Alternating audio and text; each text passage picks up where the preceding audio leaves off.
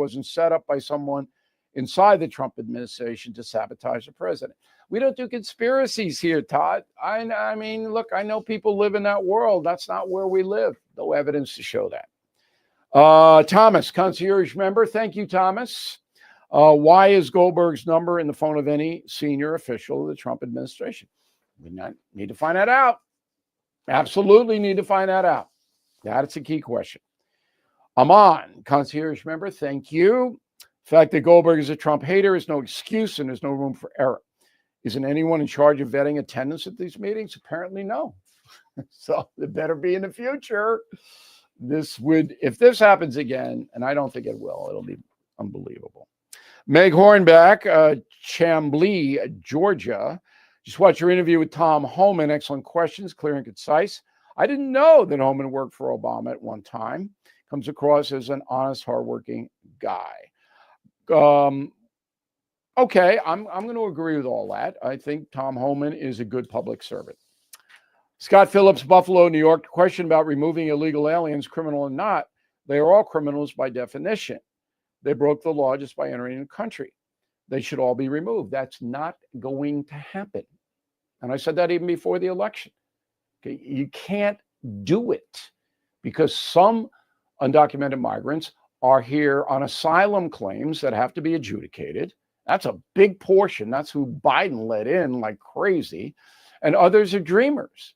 Their parents brought them here, and that has to be adjudicated too. You can't just sweep and throw them out. That will never happen. In a moment, something you might not know. You wouldn't wait for your car to break down to get an oil change, right? Your health should be no different. Don't wait until you get sick to get medications you might need. All Family Pharmacy makes healthcare simple, the way it should be. Whether you need ivermectin, antibiotics, maintenance meds, or other essential prescriptions, they've got you covered. Just order online and they will work with doctors who handle the prescriptions for you. They even ship your medication straight to your door. No waiting rooms, no hassle. Be ready before you need it. Stock up now. Take control of your health. Because when it comes to protecting your family, preparation is everything. Please go to allfamilypharmacy.com/Bill.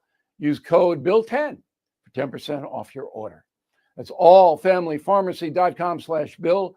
Code Bill. Hungry for lunch? Head to Pop's Kitchen downtown. Monday through Thursday, 11 to 2. Grab our unbeatable $7.99 lunch special with fries. Choose from juicy cheeseburgers, Philly steak or chicken, 6-piece wings, 2-piece fish of your choice, or a savory gyro sandwich. Pop's Kitchen downtown, 1330 Washington Avenue, where good food meets great value. Order online at popskitchendowntownstl.com. That's popskitchendowntownstl.com. News, analysis, opinion. News Talk STL. Jeffco Patriot Radio. On News Talk STL. Tim Jones here. This Sunday on Jeffco Patriot Radio, Billy Crow and I will speak with Bob Boyer. He is the assessor for the great county of Jefferson. And we'll be joined by Dave Robertson. He's running for Missouri Senate. Not this year. We're already talking 2026. Say what? Jeffco Patriot Radio. Are you listening? On News Talk STL. Now the O'Reilly Update brings you something you might not know. 52 years ago today, actor Marlon Brando won the Academy Award for his portrayal of Don Corleone in The Godfather. The Oscar resurrected a career that had been sidelined by booze, erratic behavior, and Brando's general weirdness. Here is the story. Born 1924 in Omaha, Nebraska, young Marlon began his acting career on Broadway. He moved to LA after World War II, appearing in minor roles. Then he became a star for his performance in the 1954 film On the Waterfront.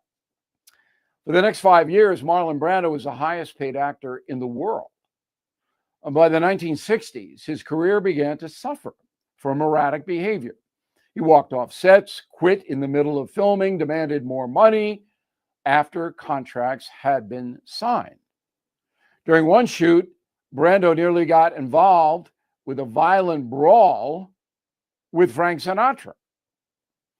Marlon Brando then became a Hollywood pariah.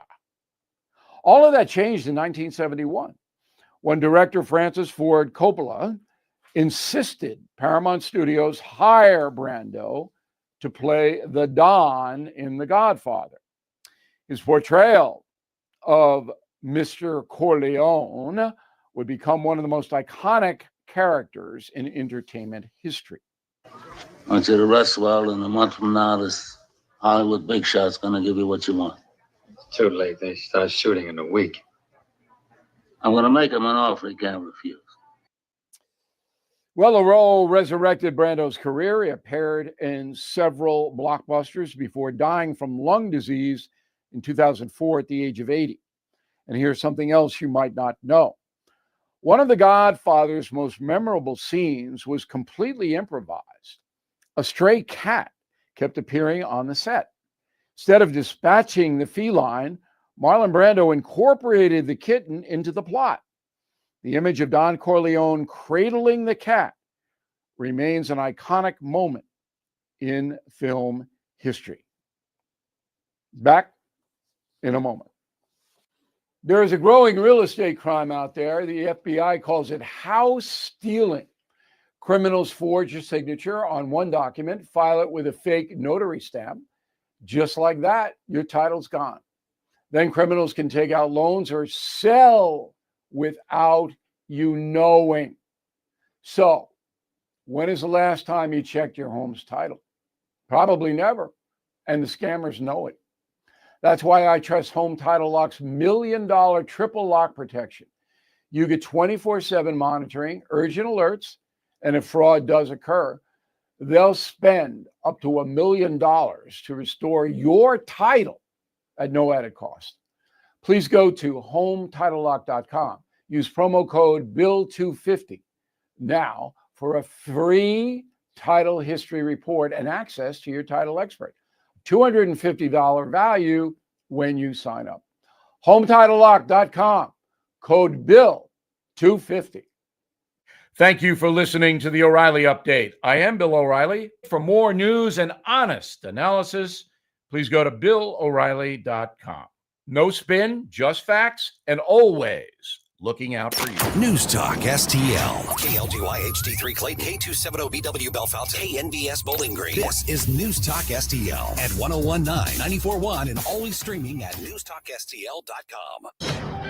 News this hour from townhall.com. I'm Keith Peters in Washington. Trump administration officials announced the arrest of a key MS-13 gang leader in Washington today. Attorney General Pam Bondi explains the dangers of the MS-13 gang to a morning press conference. They are organized. They are violent. They are committing homicides throughout our country. They are one of the most dangerous gangs in our country, and we are going to fight until they are completely dismantled. Bondi said Thursday it's a major victory in the Trump administration's efforts to crack down on a gang that's known for brutal violence and extortion. The top Republican and Democrat on the Senate Armed Services Committee are requesting an investigation into how Trump national security officials used the Signal app to discuss military strikes. Thursday's request ensures some bipartisan scrutiny on an episode President Trump has dismissed as frivolous. Three big developments are poised to give Republican lawmakers long-sought clarity on how they can moving on President Trump's legislative agenda and when they need to finish. Correspondent Bernie Bennett has more on the story from Washington. As they rush to settle on a budget framework before Easter recess, Speaker Mike Johnson and Senate Majority Leader John Thune are signaling that they'll move forward without resolving some major disputes over how to pay for Trump's tax, border, and energy policies, including controversial Medicaid cuts. They'll do that by approving a budget resolution that defers to each chamber's respective committees for how much money that they will need to trim from programs under their jurisdictions, and they'll try to merge those approaches later. Bernie Bennett, Washington. On Wall Street, the Dow down by 155 points, the Nasdaq dropping 94, with the S&P 500 lower by 18. More on these stories at townhall.com. Face it, the world is uncertain these days, but there's something reassuring about holding onto what lasts. The 2025 1-ounce Gold Eagle from the U.S. Mint, a symbol of American strength and an asset that stands the test of time. You can trust gold and you can trust Global Coin. Call 833-SPOT-GOLD to secure this magnificent coin graded in pristine MS-70 condition for the dealer cost of $30.99. Free shipping, no sales tax. This is your chance to own a piece of history while building a foundation of enduring value. It gets even better. Global Coin is giving the first 100 callers a free MS-70 2025 Silver Eagle to complement your 1-ounce Gold Eagle. Two iconic coins, a symbol of prosperity and a testament to the enduring value of gold and silver. Global Coin backs every purchase with a 30-day return policy, ensuring your peace of mind. Visit globalcoindeal.com or call 833-SPOT-GOLD. No gimmicks, incredible coins at incredible prices. Again, that's 833-SPOT-GOLD. From the Michaels Flooring Outlet Weather Center.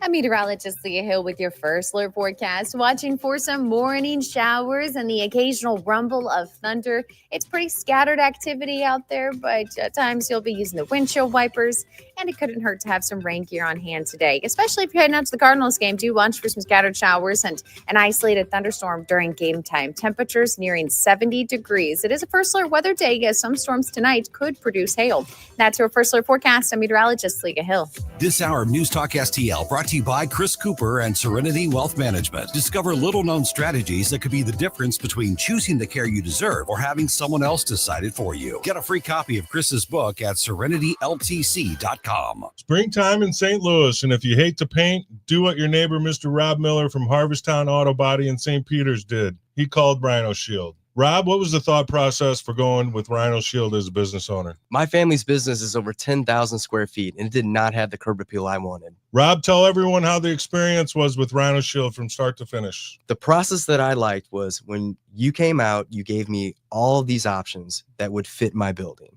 Our building was really faded. I don't want to have to paint my building again. 25 years is a long time to not have to worry about the outside maintenance of your building as far as paint. That's a no-brainer. That's why Rhino Shield worked for me. Are your neighbors jealous? I would be if I was them. Thanks, Rob. Now it's time to call 877-25-RHINO, 877-25-RHINO, or 877-25rhino.com. Genius. No pain, don't Rhino. Go Rhino Shield. Never paint your house again. Rhino Shield. The Vic Porcelli Show. Hey, here's some good news. There's a new study that shows that the younger generation are shifting to the right, conservatives. We'll talk to Ward Clark from Red State about that Thursday at 9:41. Weekday mornings at 9 on News Talk STL. Tim Jones and Chris Arps in the afternoon. The 9 most terrifying words in the English language are, I'm from the government and I'm here to help. The more you remove voting from Election Day, the more opportunity you're offering for people to commit fraud. Are you not entertained? Are you not entertained? I think the Democrats are so short-sighted in this tactic they have now to just cheat at any cost to win elections. Lying dog-faced pony soldier. You said you were, but now you got to be honest. I'm going to be honest with you. What are we doing wrong here? As a former leader in the House, I think you can put your finger on it. It's called leadership. We don't have it. Tim Jones and Chris Arps.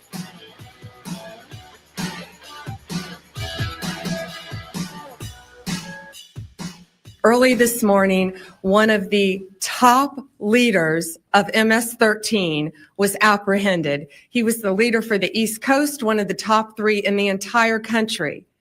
Right here in Virginia, living half an hour outside of Washington, D.C.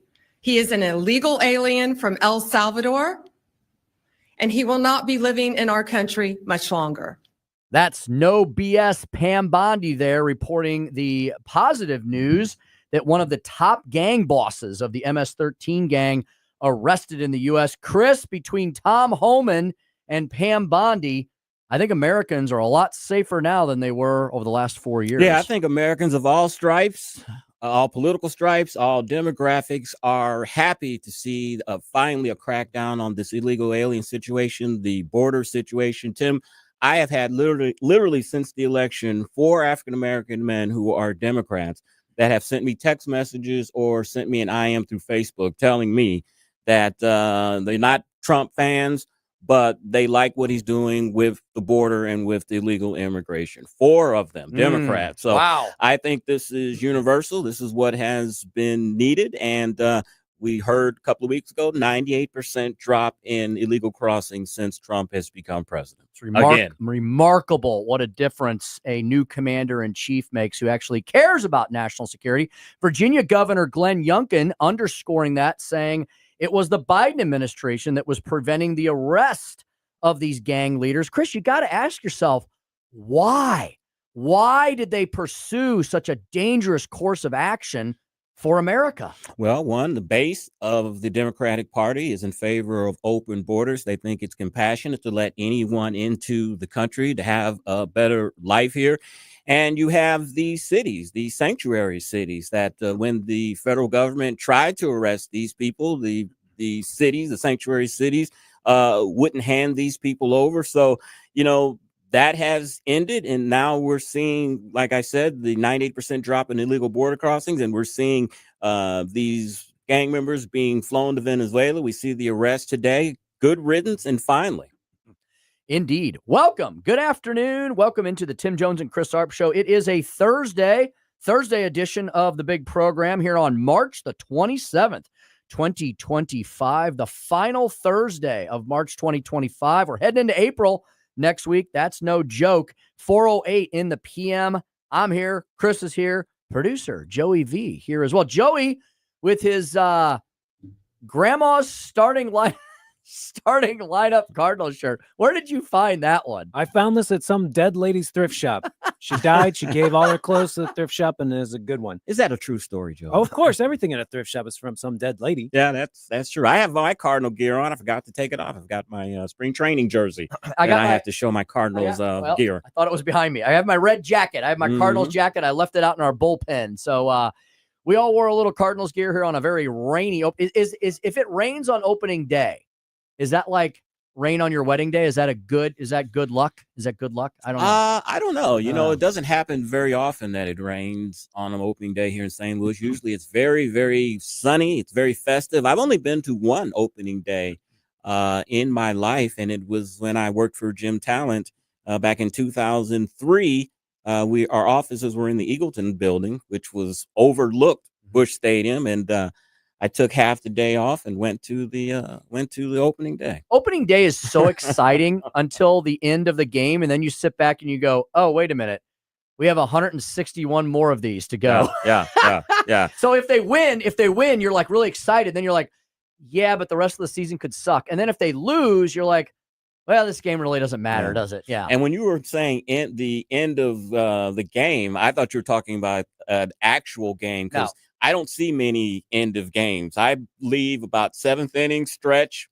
I'm out of there. I see what the Cardinals are going to do. And when they're up to bat, then I leave because I hate being in traffic. The crowds and the traffic. Oh, yeah. the traffic. And they move the games a lot faster now with the whole pitch clock and all that. Mm-hmm. They've adjusted Major League Baseball so much. It's starting to become unrecognizable to those of us who grew up in the 80s and watched the Whitey Ball. I don't even watch baseball It's anymore, hard to be watch. honest with you. Yeah. And when the Cardinals were having their problems with their TV contract, I couldn't find a game if I even wanted to watch it. So you can't watch it. Yeah. Because they've made everything on some app that you can't find, or you got to pay another $20 a month for. I haven't watched a Cardinal TV game in 2 years. It's really sad that they've done that. Look, on one hand, and Jeff Allen always says choice kills, right? Yeah. On one hand, it's great that we've got all these options and we've got Hulu and Fubo and Sling and blah, blah, blah. On the other hand, Chris, when you want to watch something, like when you have in your mind, I'm going to watch this one thing, and then you're like, wait a minute, I've got 14 streaming platforms, but this one thing I want to watch is on a different one that I now have to buy for another $7.99 a month. It's aggravating. Here's the mindset that I would like that the major league teams to have is I forgot my point. Go ahead, Tim. So I did learn the other day, somebody, who was it? It was, it was Eric, Nick Schroer's chief of staff. Mm-hmm. He was watching the Blues game the other night up at the Capitol. And I said, okay, wait a minute, Eric, how did you find this? And he said, it's on so-and-so. It was a new application I've never heard of before. I said, so can I get this now and watch it at home? He goes, honestly, Tim, I don't know. I just heard about this and I got it. So I don't know. And they're constantly changing it. It's so aggravating. Here was my point. Yeah. Look, if you're going to go to a ball game and it's going to cost you $40-$50 to park, it's going to cost you a couple $100 in food plus the tickets. We're not even including the price of the tickets. If I can't afford that, or I don't want to go to that, at least make the games accessible to me at home so I can watch it and I don't have to try to find the game. Right. You know, some people can't afford to go to a game. You know, I almost choke when me and Becky went to a game. We got 2 sodas, 2 hot dogs, a pretzel, and it was like $75. Yeah. Yeah. So you know what we do now? And I'm not even going to tell you what I spent on these tickets, but what we do now is like, okay, so we've gotten to the point where if we're going to go to, now we're very blessed here at News Talk STL. We are partners with the Cardinals. And so they give us access to some tickets and we use them for our clients. We can use them for our clients and our VIPs and ourselves. And look, you've got 80 games, right? You got 80 games. And if they suck, nobody wants the tickets, right? So we'll see how this season goes. Mike Ferguson, our resident baseball guru, was like he wasn't real high on the Cardinals this last couple days. So maybe they'll surprise us. But, you know, like if you're going to go to if we're going to go to a Blues game, so we've made it to like a special event for the family. So we're like, all right, we're going to pick one Blues game. We're going to blow it out. We're going to get good tickets. We're going to buy everybody everything they want. And we just like, okay, we're going to set the budget for it. We're just going to do it. And that's what we do. Yeah. Because to your point, first of all, you have to be willing to go downtown. Yeah. Generally at night, right? Mm-hmm. And so I have this place that I park that's very close, and I have a friend who kind of hooks me up, and I can park real close. Because look, I'm taking 3 ladies downtown, right? I'm taking my wife, and I'm taking my teenage daughters. And I'm sorry, I don't like to be one of those people that's terrified to like walk around their own city. But how can you not be when you look at the headlines every day? I've been there, right? I left a game, and Tim, and I forgot the freaking parking garage that I parked in, and so I'm walking all around downtown. I can't find scary. it, and it threw me off because they let down the gates to change things. So it I didn't like recognize it. But you know, you leave the first block, it's a whole bunch of people, and then as you get farther away from the stadium, you know, the people start thinning out. And then I'm like walking around, it's just me. And then people are like hanging out on the corner looking like they're up to no good. I was like, wow. And you're suddenly thinking, am I on the set of Scary Movie 4? Right? Exactly. No. And so, okay. So first of all, you have to get in the mindset of going downtown generally at night. Then everything you just said, you got to think about the tickets and the parking cost and the and food and then the traffic getting out of there. And so it's an ordeal. You know, God bless people who are willing to buy season tickets still to the Cardinals and the Blues and the Blackhawks and invest that much time and effort into this. Thank you. Thank you for doing that. You're keeping our city alive. Maybe, Chris, with the signing of the crime and public safety bill, the St. Louis Police Board oversight bill. Thank you, Nick Schroer and Brad Christ and Governor Kehoe and everybody that worked so hard on that. Maybe we'll start turning the corner on that. Maybe Kara Spencer, who is a left-wing progressive, if she wins mayor next week, maybe she'll focus on basic city services and we can get back to some semblance of sanity, because I want us and everyone else to be able to go downtown and not feel like we're taking our lives in our hands. Yeah, I think what the city needs more than anything is a perception that things are changing, that there is a new sheriff in town when it comes to the mayor, that there's going to be a different style of leadership when it comes to the police. I think that's what people are looking for. And I think Senator Schroer's bill is a good first start for getting things under control in St. Louis. But we also have to look at, I mean, what's the city down? 500 or 200, 300 something officers or something? There's not enough officers on the street. Correct. You know, our good friend Jane Duker has said that in the downtown area, there's one police car patrolling for all of downtown. And you see, and Tim, you see that happening when you watch these Washington Avenue clips, where all of these people are hooligans are acting a fool, and there's just one police car. Yep. And he stays in his car because he's like, I don't have any backup, so I'm just here. And we know where the problems are. The mayor and the police and the city, quote, leaders, such as they are, they know where the problems are, because you can go to some parts of the city like the South Side, the Hill, and those areas, and they're generally pretty safe. Yeah. You go to other parts of the city, and we know they're not safe. And so they can take care of this problem if they want to bend the political will to it. Hopefully, the crime and public safety bill that the Missouri legislature just passed will be helpful. And we obviously haven't given up on the city. We moved out of the city, but what's our name? We didn't change our name. We are News Talk STL. When you travel and you tell people where you're from, you say St. Louis in general. And then you say, oh, I'm from this suburb called Eureka, or I live in University City. It's this area around, and then you got to explain all that. But you generally just say St. Louis. And so it'd be nice to have a better city. Definitely. All right. We got on that subject because we were talking about Donald Trump and Tom Homan and Pam Bondi trying to make America safe again. How about making America strong again? Steve Bucci will be joining us at 4:25, visiting fellow at the Heritage Foundation. Of course, we're going to talk about the continued fallout such that it is from the Signal Chat leak, but there's other matters that have absolutely popped up right now. We have Gazans, Chris, who are protesting Hamas. Talk about taking your life in your hands. Exactly. And in the Gaza Strip. And what must the young college students be thinking now who were protesting on these college campuses in support of Hamas? And now the people that they are supposed to be protesting in support, they're protesting against Hamas when it looked like they were supporting for Hamas. So boy, do they have egg on their faces, in my humble opinion. You have to admit you're absolutely supporting just the terrorists, then, is what you're doing. And we're going to talk to Steve Bucci about the situation between Russia and Ukraine. There's some developments between Donald Trump, Zelensky, and the European Union. We got a lot of international and foreign relations matters, along with this national security development today regarding the MS-13 gang members. Talk about with Steve Bucci at 4:25.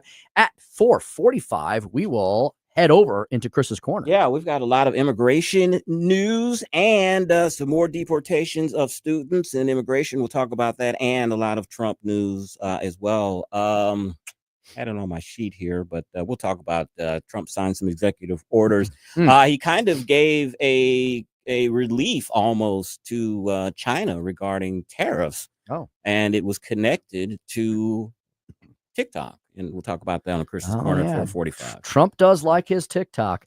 Speaker's stump speech at 5:07, special edition today, featuring our good friend Niles Stevens. Chris, he's the guy who always brings us all the Trump gear all the time. He is the Wild Horse Committee man, and he is going to be hosting the Show Me Education Town Hall. I'll be helping to MC that and herd the cats. They're going to have great speakers like State Representatives Ben Keithley and Phil Olerking, and newly minted State Senator David Gregory, with elections right around the corner. We mentioned elections earlier. Not only do we have a mayoral election in the city, we have school board elections and proposition choices and all kinds of things coming up. Chris, I can't believe it. That's next Tuesday. Yeah, I think, right? Next Tuesday, Tim. Wait, I'm sorry, a week off. It's 10 days from now. 10 days from now, and it's 10 days and counting for the final days of the Tashar Jones administration. And Tim, she is doing what desperate candidates do when they're about to lose. Maybe we can get into that during the show. Kind of an embarrassing moment the other night for her. We'll have to talk about that. We won't tell people what it is. Yeah. We'll talk about it later. Somebody been watching too many House of Cards episodes, I think. She thought she was going to big dog it or something. Holly weird. Yeah, so I had to flip the calendar over. Yep, that's about 10, 11 days away. Tuesday, April the 8th. A lot of very important elections. So there's a town hall on next Thursday, April the 3rd, that will be focused on education. Niles Stevens will be joining us, Wild Horse Committee man, at 5:07 for a special edition of today's Speaker Stump Speech. At 5:24, continuing the theme of the 5 o'clock hour, we're going to talk national education and federal developments regarding the dismantling of the Department of Education. Andrew Handel, the ALEC Education and Workforce Development Task Force Director. Woo, that's a long title. Chris, he's going to talk to us about what does it really mean to begin to dismantle the Department of Education? Where does all that funding and those people, what does the Department of Education actually do? No one seems to know. What does that mean when that happens? Yeah. So. And a lot of people don't know what the DO, Department of Education, does. One of the things that I've learned is they deal with a lot of civil rights and issues like that. And as we talked about earlier, those functions are going to be shifted to other government agencies, where, in my opinion, Tim, it's where they should have been in the first place. I like it. I mean, civil rights enforcement for schools should be in the Justice Department, right? Not in the Department of Education. Yeah. So for those people who are freaked out about, oh, the federal government's going to let everything run rampant. No, we are going to consolidate government, right, Chris? We're going to streamline it. They're talking about getting rid of FEMA and putting those responsibilities underneath the different departments. So it's not only just a dismantling of government, it's a rethinking of government. It's a consolidation of government. It's a streamlining of government. Tim, how worried are you if FEMA is that money is given back to the states, that money may end up in state treasuries and they may use that for other things when emergencies don't happen, or that I guess it could be set aside and so it can't be spent. I'm worried about that. It's a good concern. So what you do, Chris, is you block grant it, and you say it has to be used for these 5 things. You attach strings to it is how you do it. But it's a very good concern. Hey, let's take a quick break. We always have a ton of subjects to discuss with the one and only Steve Bucci, so we're going to give him plenty of time to do so. Chris and I have a boatload of questions for him, and we'll be back to talk with Steve Bucci next about national security and foreign affairs near and far, next on the Tim Jones and Chris Arps Show. Happy opening day here at 101.9, 94.1 News Talk STL.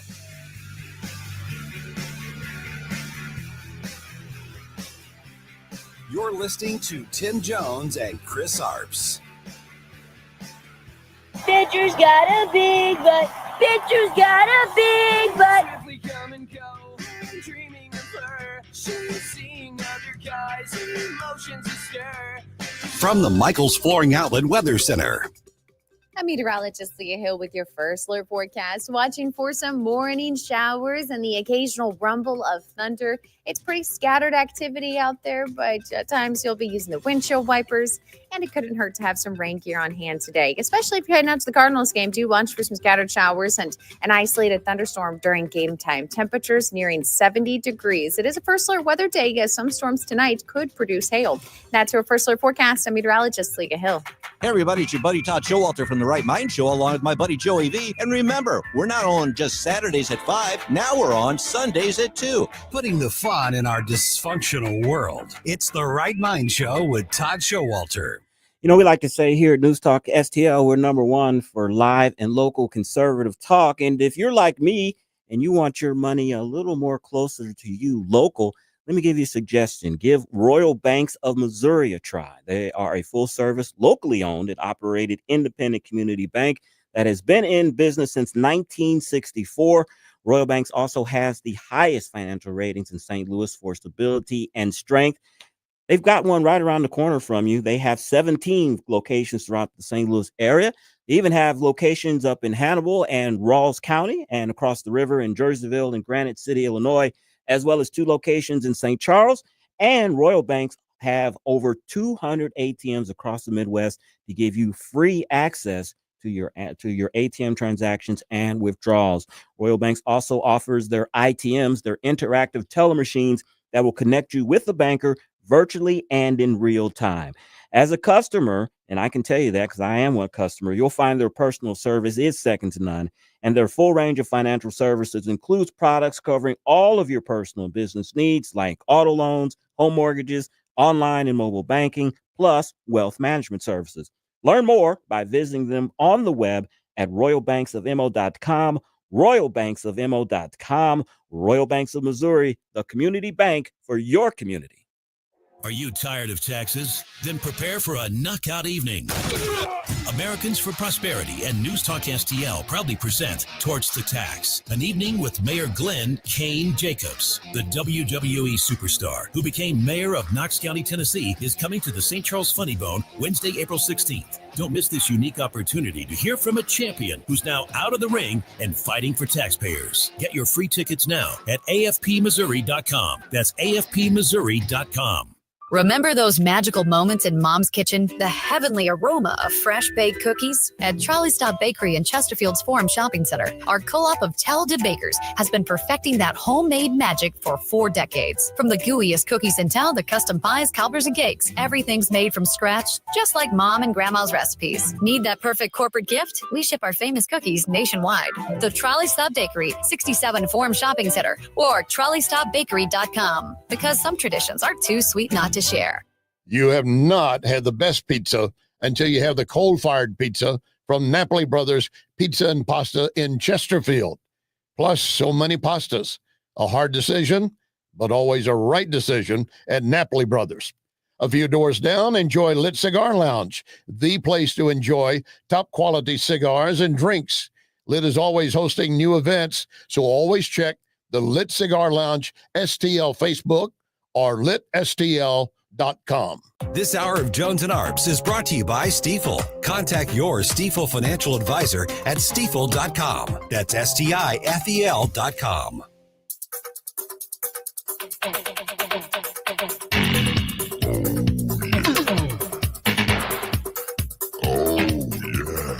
Tim Jones and Chris Arps in the afternoon.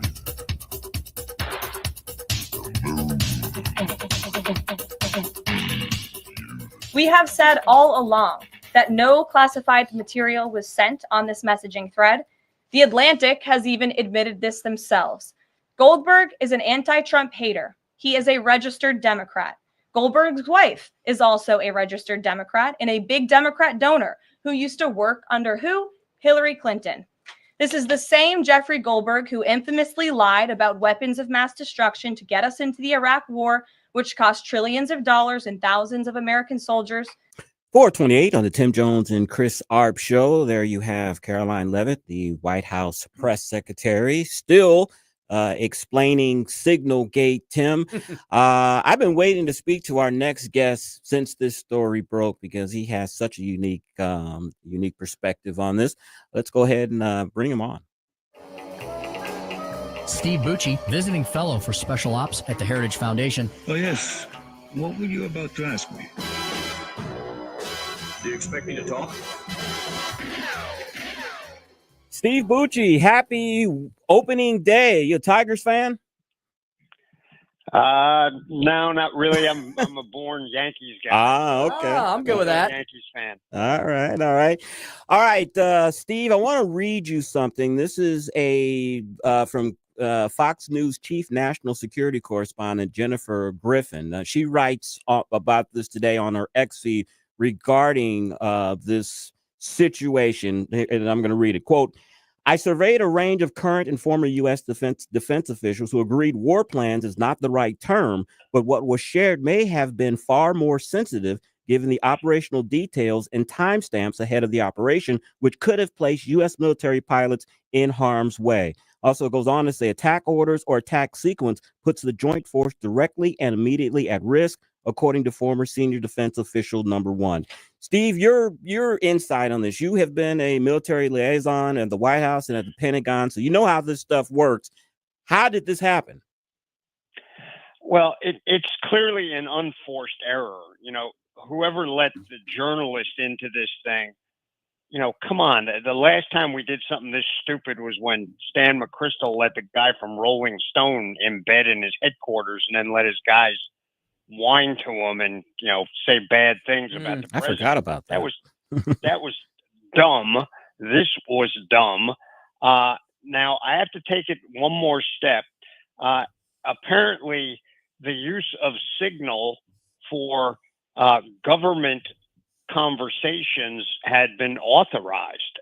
It's not set up. I mean, it has a degree of encryption, but it's not government encryption. So, you know, for somebody like me who grew up in, you know, we couldn't talk on anything but, you know, really secure phones, like one stuck in a wall. And then eventually we got secure cell phones when I worked for Secretary Rumsfeld.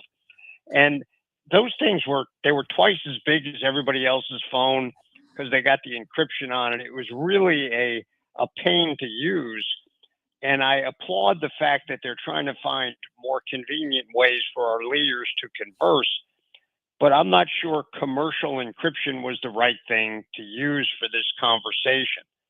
That said, they're telling the truth. There wasn't anything specifically classified because, you know what? The Secretary of Defense can classify defense data any way he darn well pleases. And I'm sure there's people out there who, you know, you said these were former defense officials like me. We didn't do it that way before. That doesn't mean it's breaking rules. It doesn't mean it's against the law in any way, shape, or form. The SecDef defines classification for the department, that just as the president can do it for the rest of the government if he wants to. But they were riding the line. This stuff was just about to happen. I guess they thought even if the bad guys heard about it, there wasn't going to be a heck of a lot they could have done, which I think is actually an accurate assessment. The Houthis are not known for having a great deal of defensive capability against attacks. Everybody that's gone after them has hammered them to Timbuktu. And, they don't have missile defense systems. They don't have an ability to shoot down our aircraft. If they had done this, on some completely open site, then you're getting to a different area. I think this is much ado about nothing. It was stupid, and they shouldn't do it again this way. They should use the government encryption devices that they have, and you don't invite press people, even if it's inadvertent. You don't put a press person on a call like that, particularly one that's an adversary. Come on. Pay attention to detail. There are people's lives at stake. You can't do these kind of unforced errors like this. Yeah, Steve, to expand upon the last, I think, most important point you just made, lesson learned, time to move on, right? Because, Steve, if you look at the substance, I noticed the Democrats are not focused on the substance at all, right? The substance of the mission was that it was successful. Not a single American was harmed, and the bad guys were killed, right? So, successful mission. Procedurally, yes, everything you said, I completely agree with. But Steve, isn't all this criticism from DC Democrats pretty rich, given that they are part of the party and the previous administration, which was responsible for 13, I could give a bunch of examples. How about these two? 13 servicemen and women being killed in Afghanistan, that evacuation. We never had any accountability for that. Nobody ever took any responsibility or was ever fired for that. And number two, a party that supported an open borders policy that has wreaked unimaginable damage, human lives, sex trafficking, fentanyl. So I think the people making the loudest criticisms here, Steve, not to say that it diminishes that mistakes should be learned from, but the hypocrisy is just overwhelming, isn't it? Oh, yeah, but it's Washington, D.C., for goodness sake, and the legacy press. This is what they do every single time. It doesn't have to be a substantive issue. It doesn't have to be a big issue.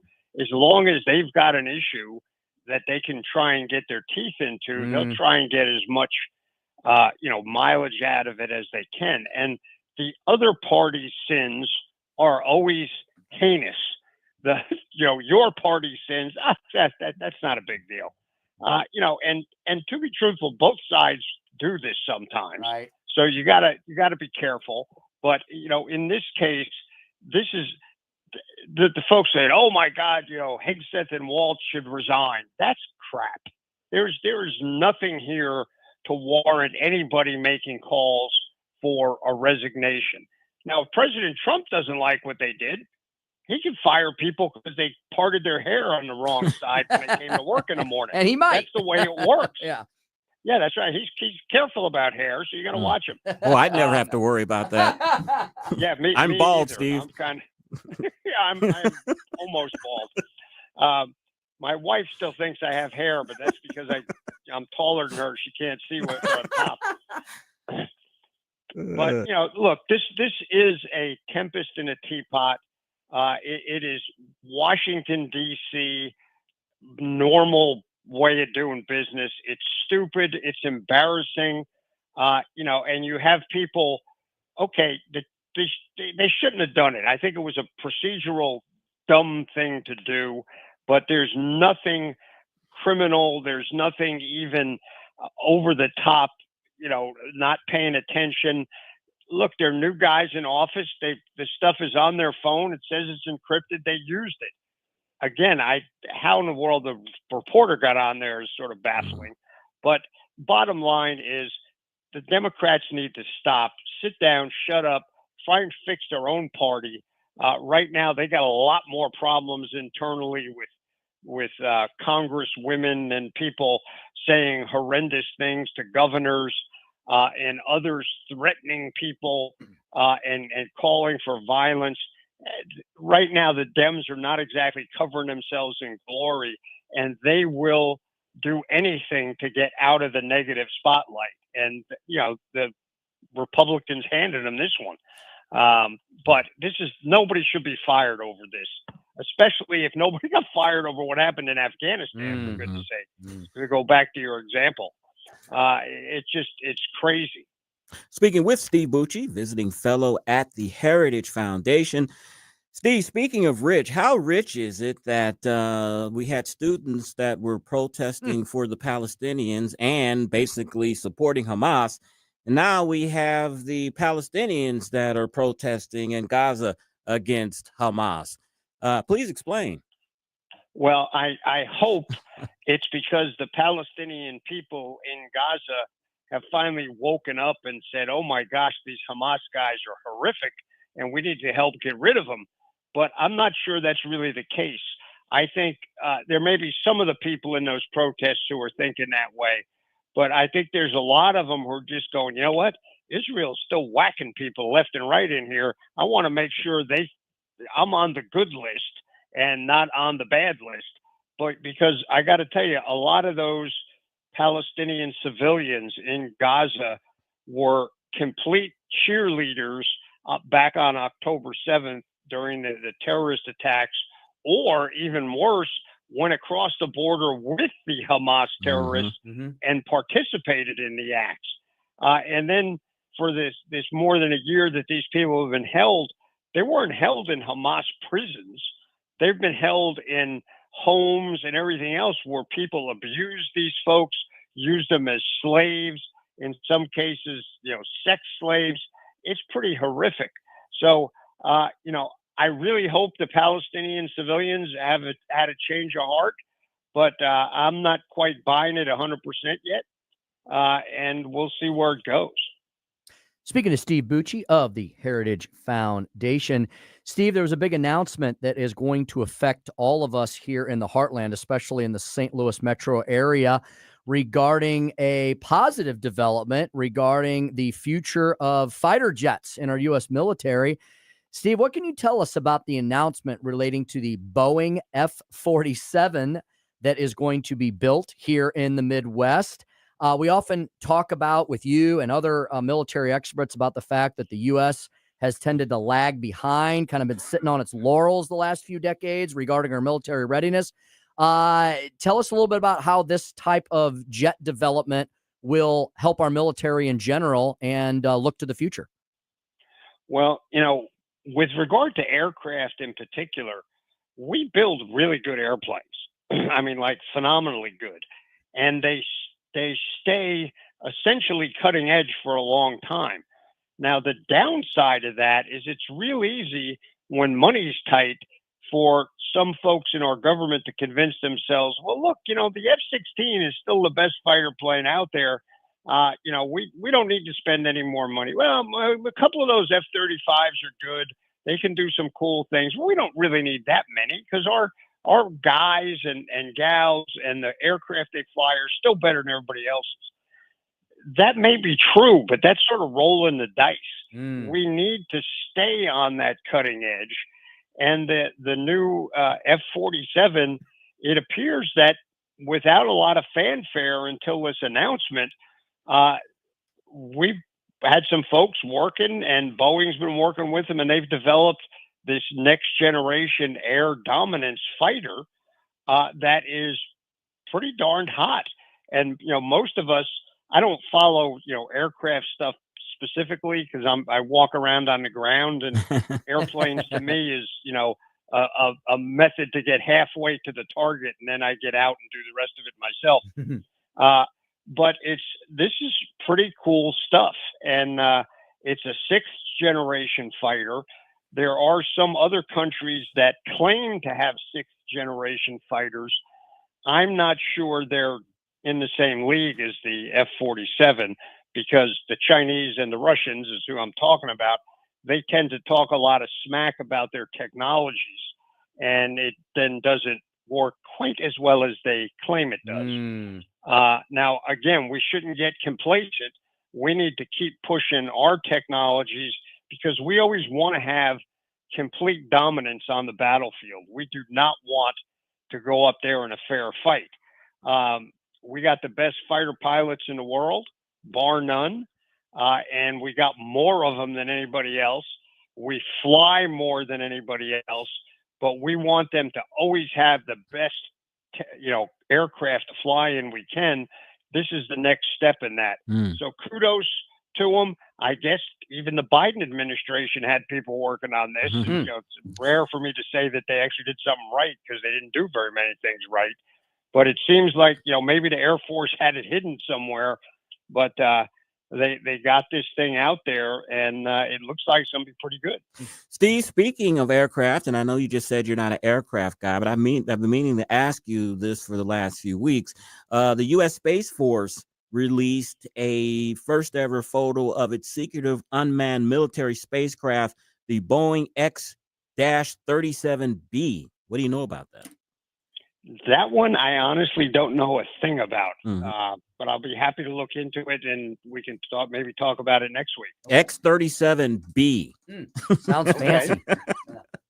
Steve, thank you so much. Any parting shots that you want to leave with us before you go? Maybe little hoop picks. Well, predictions. No hoop picks. I told you that's my wife's thing. But I got to tell you, you started out with a clip of Carolyn Levitt, and I really think we need to write to her and tell her to come out of her shell. She really needs to kind of express herself more directly.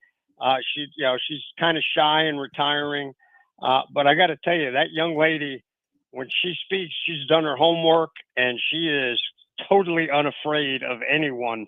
She's a hero. So good pick there, boy.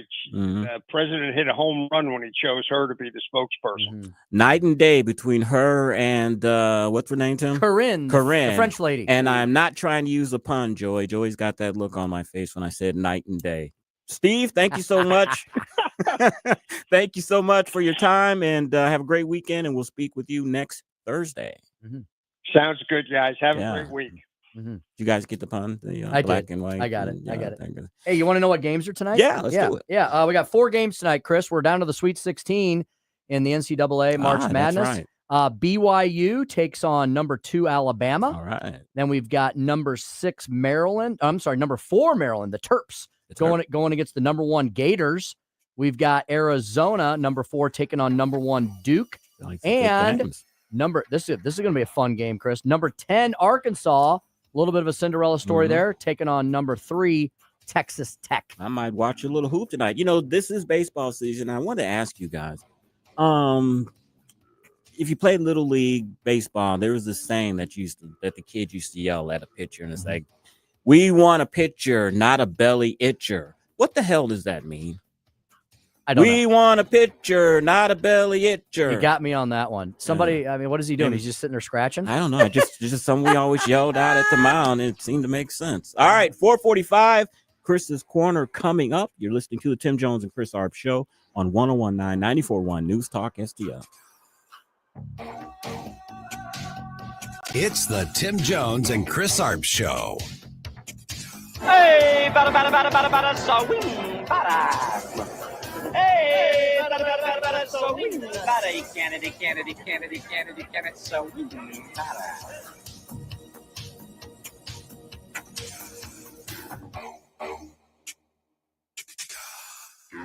When it's important to you, they always discuss the most important topics. It's on News Talk STL. You'll see a Tesla vehicle catch fire. President Trump and the DOJ say those caught will face the harshest penalties. News, analysis, opinion. Donald Trump and House Republicans are crashing the American economy in real time. USAID has been transformed into an America Last foreign aid slush fund. Number 1 for live and local conservative talk. My talk station. News Talk STL.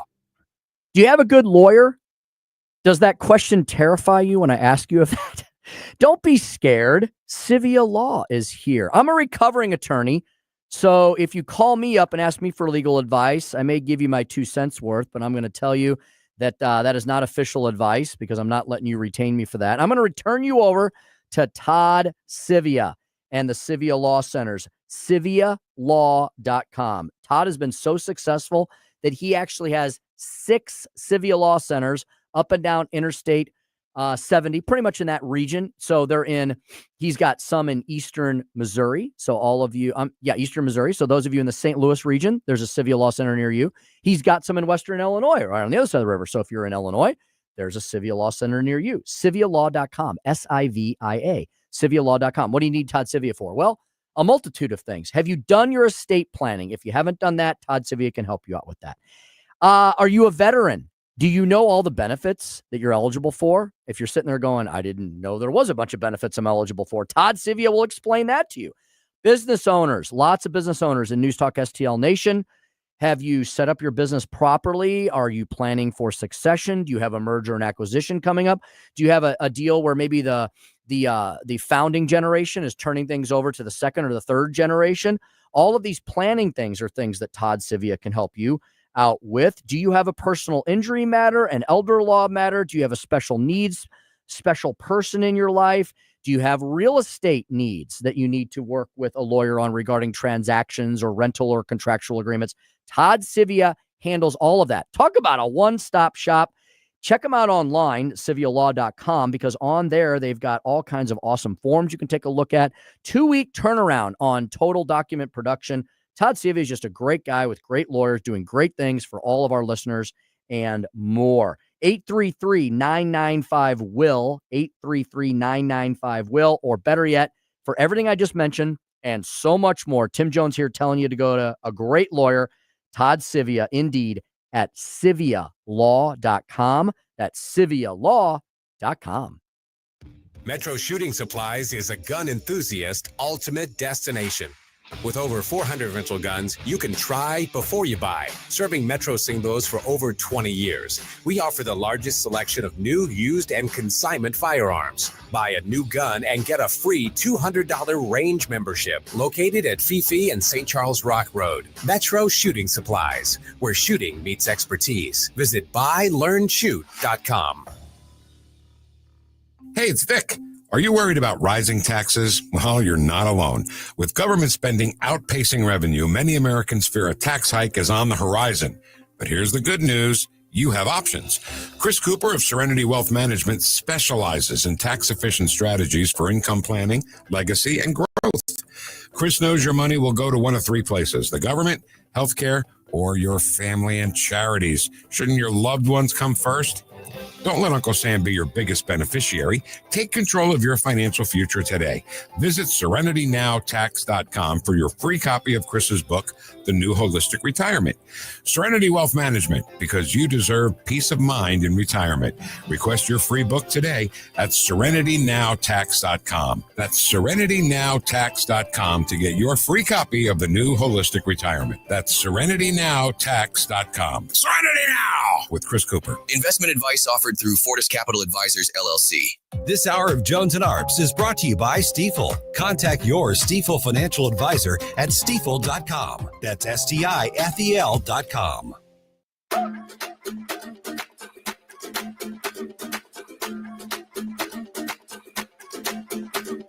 Mr. Worldwide to infinity.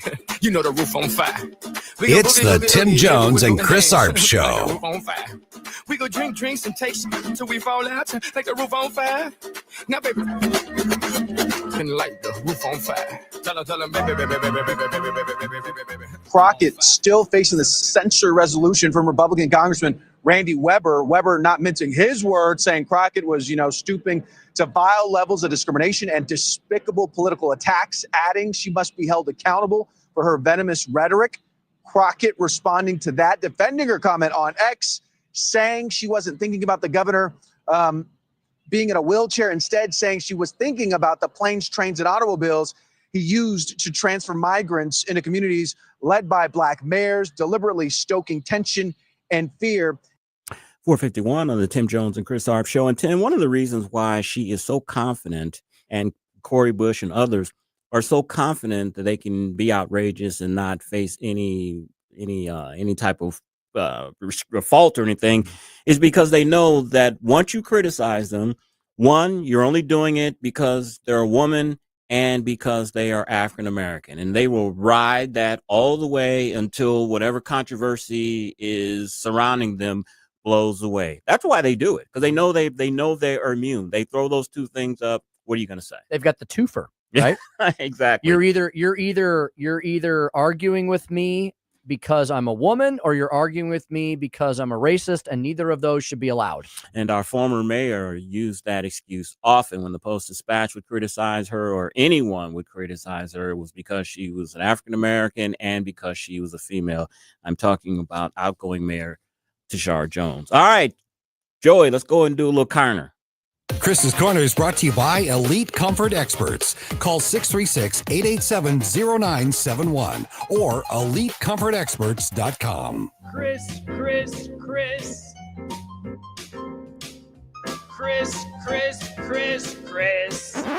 And if you don't know, now you know. And now, Chris's Corner. You know, the Democrats always like to quote Angelou's famous saying that... That's racist. Aunt Jemima? Did I say that? Maya Angelou? Maya Angelou. Now I'm all discombobulated. Maya Angelou's famous saying that when people show you who they are, believe them. And when you see Jasmine Crockett making fun of a man who is in a wheelchair, that's who they are. That's who she is. We're also seeing how the Democrats are showing themselves who they are in a dangerous kind of way, Tim. Did you know that at least 15 conservative right-wing media personalities have had their homes swatted in the past week? Many? According to Breitbart, the latest was Pagnazzi. He talked about looking on his door cam and seeing police at his door with a gun. And, I had never looked at it this way, but Pagnazzi, Pags had a very good take on it. He said, these people are trying to kill me. Yes. They're wanting you to rush out what's going on or to have a weapon or something, and the police shoot you and ask questions later, which is expected in a SWAT situation. You never know. But this is dastardly, sick evil to do something like this, hoping somebody gets killed by the SWAT team. What kind of people are these? It's absolutely sick. Speaking of the Immigration and Border, October 7th victims have filed a lawsuit of organizers of pro-Palestinian demonstrations at Columbia University, function as Hamas's propaganda arm. So we'll see if that will take any root. Also, a federal judge blocked the deportation of Yanxiao Chung, a Columbia student and legal permanent U.S. resident born in South Korea. Tim, we know our good friend former Congressman Billy Long was tapped to be the IRS commissioner. His nomination is being held up and delayed. Really? Who knows why? But he has been picked to become, along with Douglas Holscher, who's also part of Trump 1.0, to serve as senior advisors at the Office of Personnel Management. Billy's been doing that since the beginning of this month. Okay. And they were brought in to ensure better policy coordination between the White House and the agency. So Billy, he's not at the helming the IRS yet, but President Trump has given him something to do. Here's a story that I read this morning, that there was talk that Elise Stefanik's nomination to be UN ambassador would be pulled because of the slim majority in the House. Well, it's official. The White House has rescinded her nomination. She will not be the next UN ambassador. She is basically taking one for the team in a sense, and giving up a pretty prestigious position to stay in the House to give Speaker Johnson a little bit more of a cushion. And if I have anything else, I think that is it, Joey, and that is Chris's Corner. Stefanik is probably like, man, if it wasn't for so close. If it wasn't for Sassy Massey, yeah, because Thomas Massey likes to be the Lone Ranger these days. That's true. That's right? true. They can't rely on Massey, so they got to keep Stefanik there in order to have that margin of one that Speaker Johnson's relying on. Massey's an automatic No on pretty much everything. Especially when it comes to either raising the debt limit or continuing resolutions. He's a hard stop no on that. Now they've got a bunch of special elections that we talked about, the other day that will hopefully give that majority a little bit wider berth, and maybe Stefanik will be able to be considered for something else down the line. So yeah, and I kind of hate that for. I mean, that's a pretty prestigious position that's a to bummer. be UN ambassador. That's a good launching pad, and you're pretty clear. I mean, she was probably going to be nominated. She was going to get the job, and she's taking one for the team. She is. Good for her. All right, Tim. Speaker Stump Speech 507. We got a special guest, Chris. We just talked to him out in the hallways in our fancy green room. Niles Stevens, the Wild Horse Committee man, talking to us about an education forum you can all participate in next week. Tell us about our 524 guest. And that would be Andrew Handel. He's with the Education Task Force of the American Legislative Exchange Council. Chris, he's going to explain to us, what does it mean to dismantle the federal Department of Ed, and where does all that money and people and stuff go? That's something that you're going to want to hear. You are listening to the Tim Jones and Chris Arps Show on 101.9, 94.1 News Talk STL. It's that time of season when families, businesses are moving. For local or long distance, I endorse McGuire Moving. Get a date set soon before the schedules are booked. 314-241-0600. 241-0600. McGuire is constantly giving back to our veterans, such as support dogs for our brave. So with McGuire, you're getting excellent service and helping our vets. McGuireMoving.com. I'm Dr. TJ, owner of the Institute of Natural Health, co-owner of Optimal Nutraceuticals, and the host of Wellness One. Wellness One is designed to cut through the nonsense and provide you common sense science-based information regarding health and wellness. On the show, we discuss topics like thyroid health, gut health, hormone optimization, and many others. Our show airs Saturdays at 10 a.m. and 2 p.m. and Sundays at 11 a.m. and 3 p.m. right here on Newstalk STL. And you can visit us at inhstl.com. That's inhstl.com. I'm Missouri Attorney General Andrew Bailey. Human trafficking is occurring right here in Missouri. You can help combat it by learning the signs of human trafficking and reporting suspicious activity to law enforcement. Victims may appear malnourished, show signs of mental or physical abuse, or avoid social interaction. If you're a victim or know someone who needs help, contact the National Human Trafficking Hotline at 1-888-373-7888 or text the word HELP to be free. Together, we can fight human trafficking in Missouri. Brought to you by the Missouri Attorney General's Office. Turning 65 soon? Medicare decisions don't have to be overwhelming. Hi, I'm Debbie Westhoff with Westhoff Agency. We have helped hundreds of people just like you navigate Medicare options. Let me, Debbie Westhoff, be your personal Medicare guide, walking you through each choice to find the coverage that truly fits. Don't leave your healthcare decisions to chance. Call me at 636-500-1843 or visit us at westoffagency.com. Westhoff Agency is your trusted Medicare partner. That's westoffagency.com. KLGY HD3 Clayton, K270BW Bellefonte, KNBS Bowling Green. This is News Talk STL at 1019, 94.1, and always streaming at newstalkstl.com. News this hour from townhall.com. I'm Keith Peters in Washington. Secretary of State Marco Rubio said Thursday that at least 300 foreign students have had their visas revoked amid the Trump administration's immigration crackdown. Rubio says it makes sense to revoke visas of students who act as disruptors. If you invite me into your home because you say, I want to come to your house for dinner, and I go to your house and I start putting mud on your couch and spray painting your kitchen, I bet you're going to kick me out. But we're going to do the same thing if you come into the United States as a visitor and create a ruckus for us. We don't want it. We don't want it in our country. Go back and do it in your country. But you're not going to do it in our country. One Tufts University student was found by the Department of Homeland Security to have engaged in activities in support of Hamas, a foreign terrorist organization that relishes the killing of Americans. U.S. authorities have captured one of MS-13's top leaders today. The 24-year-old suspect was taken into custody in Woodbridge, Virginia, some 30 miles south of the nation's capital, along the heavily trafficked I-95 corridor at a hub where local roadways spoke westward into the state. Authorities have yet to release the suspect's name, but they say he's one of the top 3 leaders of the notorious gang in the country. The announcement made this morning during a news conference which included Virginia's Governor Glenn Youngkin, joined by U.S. Attorney General Pam Bondi and FBI Director Kash Patel, the latter two saying they observed the arrest at a nearby Tactical Operations Center. George Williams reporting. The White House has pulled Congresswoman Elise Stefanik's nomination to be U.S. ambassador to the United Nations. The decision Thursday is a stunning turnaround on President Trump's cabinet pick after confirmation had stalled over concerns about Republicans' tight margins in the House. On Wall Street, the Dow down by 155 points, the Nasdaq dropped 94, the S&P lower by 18. More at townhall.com. Progressive knows if you have to choose between everyday life and your RV wins. What, are you going to take the RV to the mountains or go pick up your dry cleaning? RV wins! Are we cleaning gutters or taking RV camping? RV wins! Getting a new passport or cruising up the coast? RV wins! Don't forget, you got that trip to Sweden coming up. Oh, yeah, passport, then RV. Woo! With Progressive, you can bundle your RV with your home or auto and save with a discount and spend more time enjoying those savings in your RV. Progressive Casualty Insurance Company affiliates, other insurers, not available in all states and situations. Healthcare is complicated. It doesn't have to be. If you don't love how your health insurance works, maybe it's time to leave traditional health insurance behind.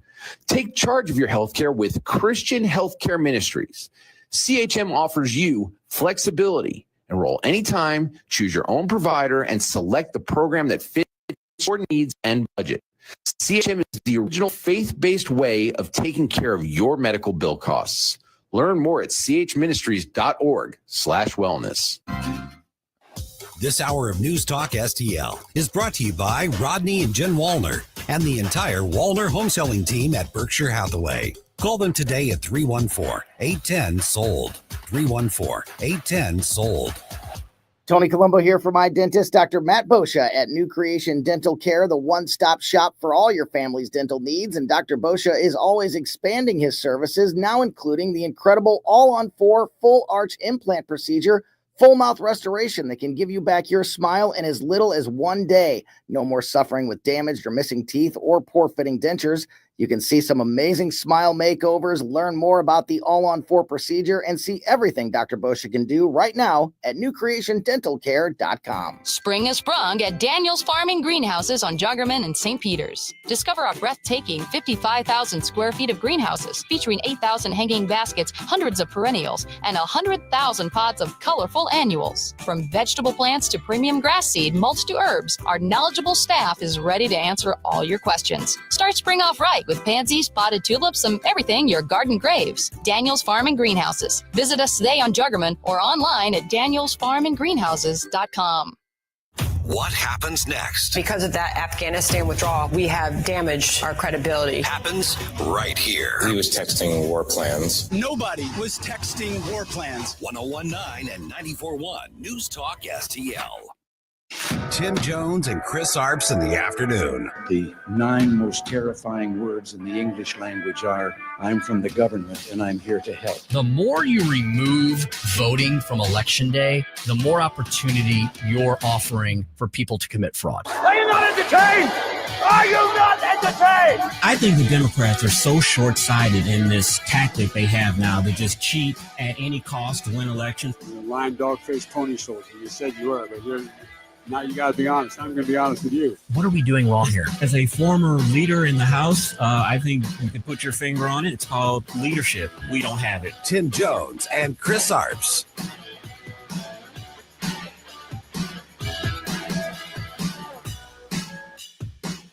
More money for less listeners. You fired the guy who pointed all this out, who said that you were so biased to the left that you lost listeners, which is exactly happening. And you're here maintaining that, you need to continue to get taxpayer money. I did not fire Mr. Berliner, sir.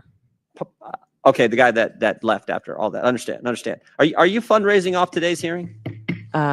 Sir, I believe that there was a message that went out earlier today letting people know we were coming in. Yes. Yeah, and at the bottom of the message, it said, donate now, right? I don't recall the exact I language. can show it to you right there. It is. Donate now. Woo!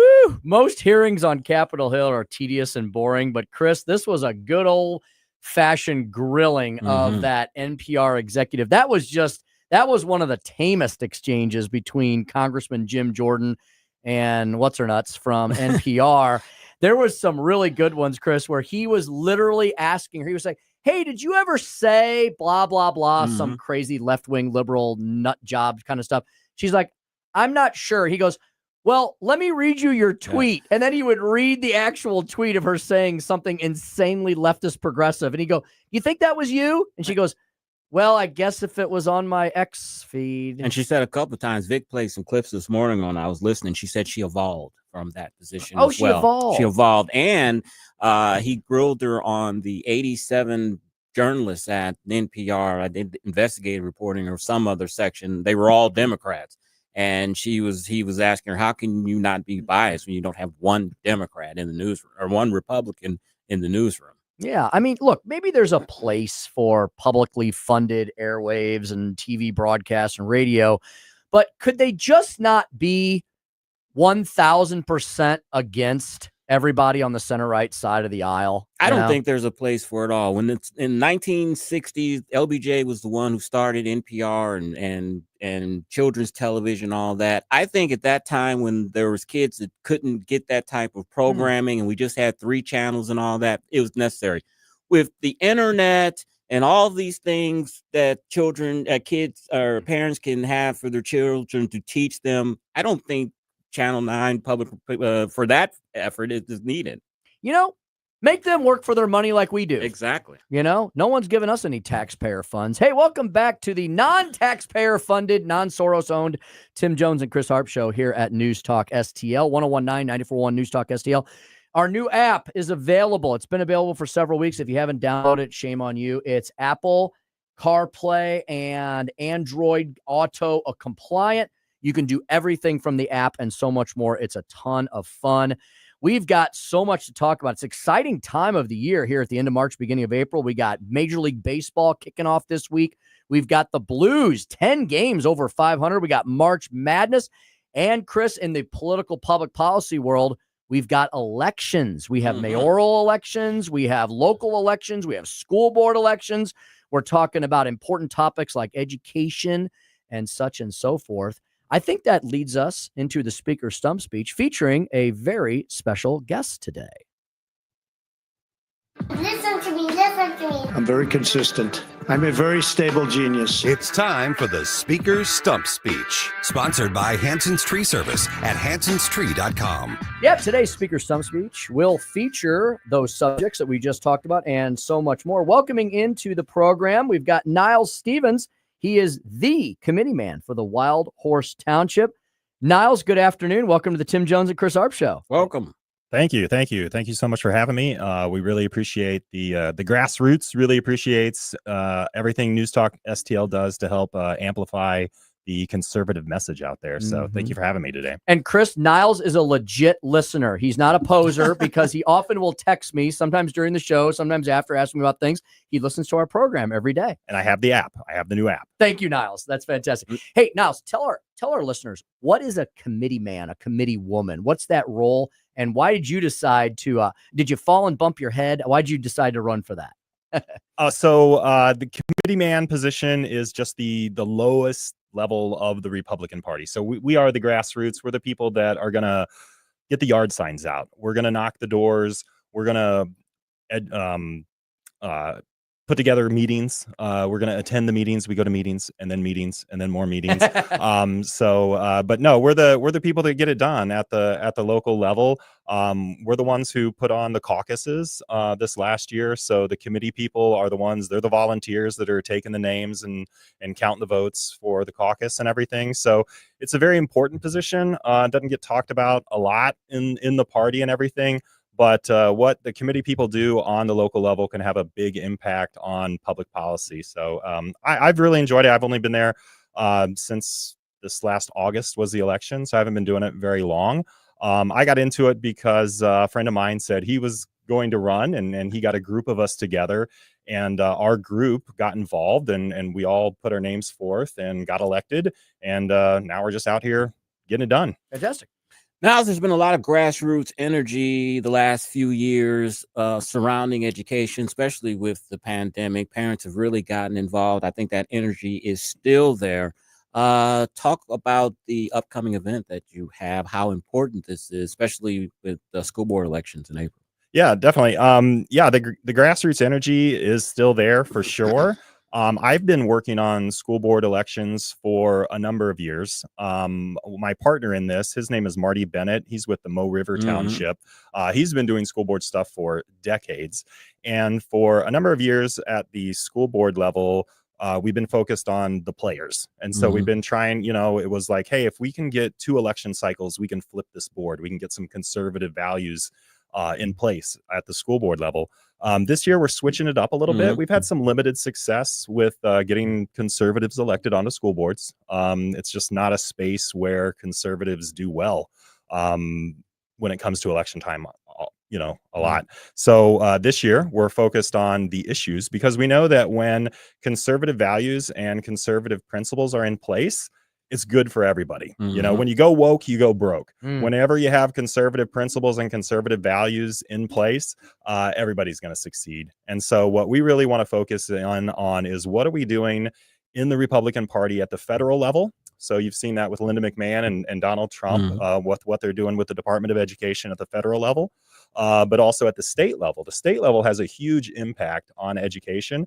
And so that's why for this election cycle, we've decided to do this event. And we're bringing in State Senator David Gregory. We're bringing in Representative Ben Keithley, Representative Phil Olerking. I know some other reps are going to be there as well to help us with this event. And we really want to focus in on the issues that are going to improve test scores and improve outcomes for Missouri students. Yeah, Niles, school board race is so difficult because the unions, the teachers' unions, tend to try to dominate them, right? These are unpaid positions. So you really have to have a love for education and not be part of the Borg to want to get in and change. And I've also seen, Niles, unfortunately, some good, decent conservatives get elected to a school board, and then they kind of get co-opted. I mean, the teachers' unions are really powerful, aren't they? And it's all about their bottom line and not so much about how the kids are doing, right? Yeah, it's difficult for conservative candidates in April because a lot of times, like I said, you're not in that space. So whenever you have a good candidate and they've been in the private sector for 30 years doing well, and they're going up against a candidate who's been in education for 30 years, who's your average voter going to trust? A lot of times they're just going to go with kind of what's familiar. They see the title. Yeah, right? They see the title like, oh, this person has been a PTO president. They've been volunteering in the school forever. They've been a teacher for 30 years. Just go with them. They probably know better than the CEO or the engineer who's running for office. So it's just it's been difficult to break into that space at the local level. But like I said, we don't necessarily need the local level to get conservative values installed in the schools, because at the end of the day, if we have good conservative legislation coming out at the state level, these local level, their job is to implement our ideas. So that's what we want to focus on this year. Now, as I know, one of the issues with school districts have been the obscene books in the library and boys and girls restrooms and all of that. Are there any other issues that are coming to the forefront that you're hearing in local school districts? Yes. So the DEI, still trying to fight that. The CRT, DEI, those things, just the culture, of what a school is like. And right now in the state Senate, there's about 100 bills that are in the education committee. Wow. In just the Senate and just the education committee. About 70% are Republican bills. So Republicans want to lead on the issues, and these bills range from everything from funding to curriculum to IEPs. I know that Ben Keithley, one of our presenters, he's going to talk about a bill that would cap admin pay. Would cap the administrator pay. I know, like in our district in Rockwood, the teachers had a big fight with the administration trying to get some more pay this year. Right. And one of the things that Representative Keithley said is like, okay, well, how about you cap the admin pay and pay the teachers more? And so that's a conservative idea, conservative principle that we want to help promote. I've always wondered, Tim, and our school superintendents, are they worth $250,000, $300,000 of what they make? I mean, Most aren't. Okay, A few are. Their Most salaries aren't. just amaze me. Yeah. And I've never seen.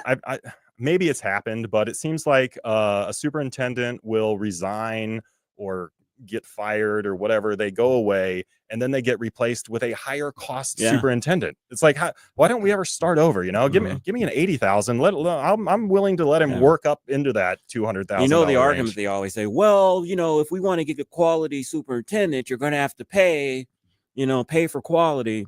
We're competing. Right. I know. Yeah. No. If you have a good team, if you have a good district, the superintendent they should be, they should be able to be paid a fair wage without being paid an exorbitant wage. So I don't think that has to be always be going up and up and up. Yeah, and Niles, I'm not saying we have to automatically overnight turn the school system into a business. I think some aspects of that would be good, though, right? And you just mentioned one of them. It seems like the public school system has become such an anachronism, right? Like so outdated. Like you literally cannot reward the best teachers, right? They do not work in a meritocracy. They work under the auspices of, well, if you breathe and live long enough, then your pay automatically goes up to X level, versus you could have a younger teacher or maybe even an older teacher who is just, knocking it out of the park, and they're not allowed because of union contracts to reward those people. And that's why we don't have accountability, right, in the school system. Yeah, I can see that. I mean, you want to pay for longevity, and you do want to pay for a little bit of seniority when it comes to the teaching profession. And a lot of times, some of the times the teachers do get a bad rap sometimes for some of these issues like the test scores. Are you really going to blame teachers for the fact that we've went from autism rates going from 1 in 1,000 to like 1 in 36? Are we going to blame teachers that Joe Biden decided to open up the border and flood us with illegal immigration, where you have a lot of students that are coming into these classrooms and they just don't even speak the language? How are they ever going to read on grade level if they don't even speak the language? Niles, I got another one for you. My mom was a teacher, and my mom would say, how am I supposed to be responsible for test scores when the only parents that show up for the parent teachers conference are the kids that are getting straight A's, but the kids that are doing poorly, their parents don't show up? Right. And my wife's she's a teacher, so she's an educator. She's been doing it for over 20 years, and I would never go to her and tell her like, hey, you're doing a terrible job, your kids aren't doing well enough.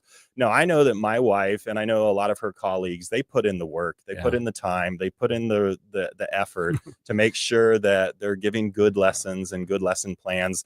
And a lot of times they're being dealt cards that are just hard to play. It's hard to win in that environment. So we do want to reward the good teachers, and we do want to reward good schools. And that's why some of the proposals that are out there are to allow the funding to follow the students. So if you do have a school that is struggling, or if you do have teachers in a certain school that aren't pulling their weight, that aren't doing a good job, that parents, rather than just going after that one individual teacher, let's give the parents options so that they can move their child to a school that's going to best fit and best help improve the outcome. I was laughing a little bit during your answer because my mom is a teacher, and one of the things that you don't say to teachers is you only work 9 months out of the year. Oh, no. That will tick them off to the highest festivity when you tell a teacher that. No, not at all. I would never say that to my wife. That's for sure. Hey, Niles, are we going to talk with our legislators about school choice options and alternatives to public education? Because we often hear one size fits all doesn't always work well when you're dealing with individual kids. Absolutely. Yeah, we're going to it's all options are on the table, and that's what we really want to focus in on. Like I said, is the issues and not the individuals. And so everything is on the table when it comes to education, because one of the things that's most disheartening for me, and one of the reasons that I have worked on school board campaigns, is because you've seen the studies come out that show that there's essentially a loss of the American dream. These kids are coming out of school and they don't feel like they're going to do as well as their parents are going to do.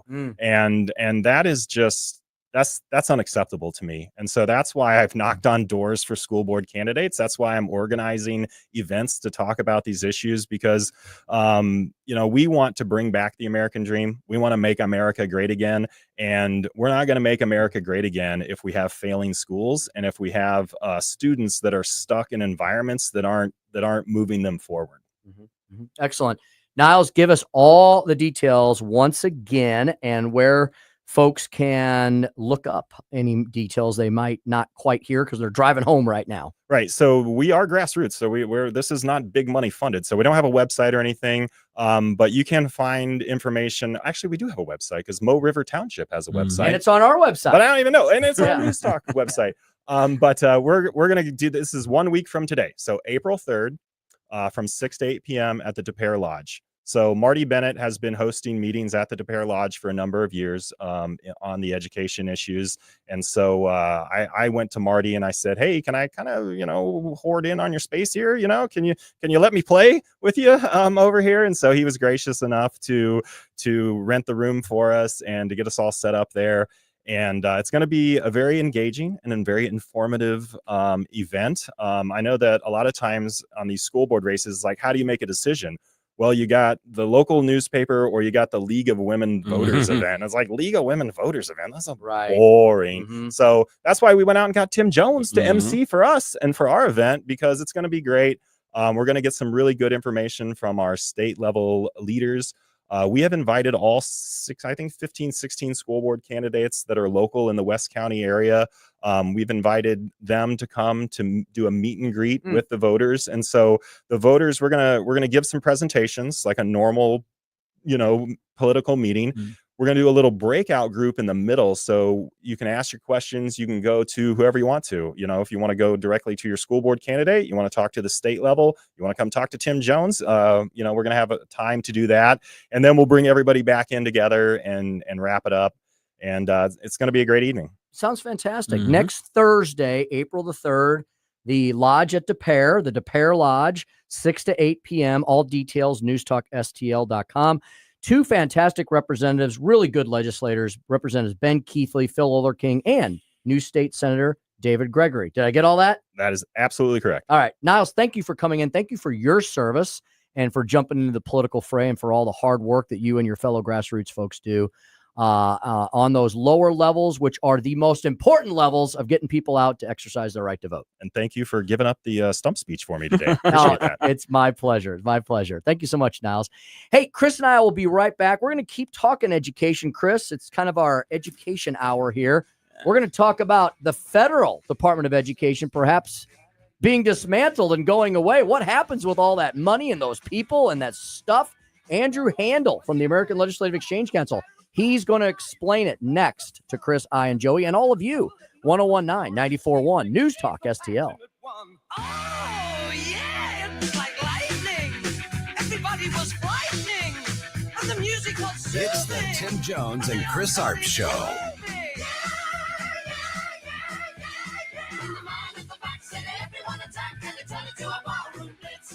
Say, I consider myself the luckiest man on the face of the earth.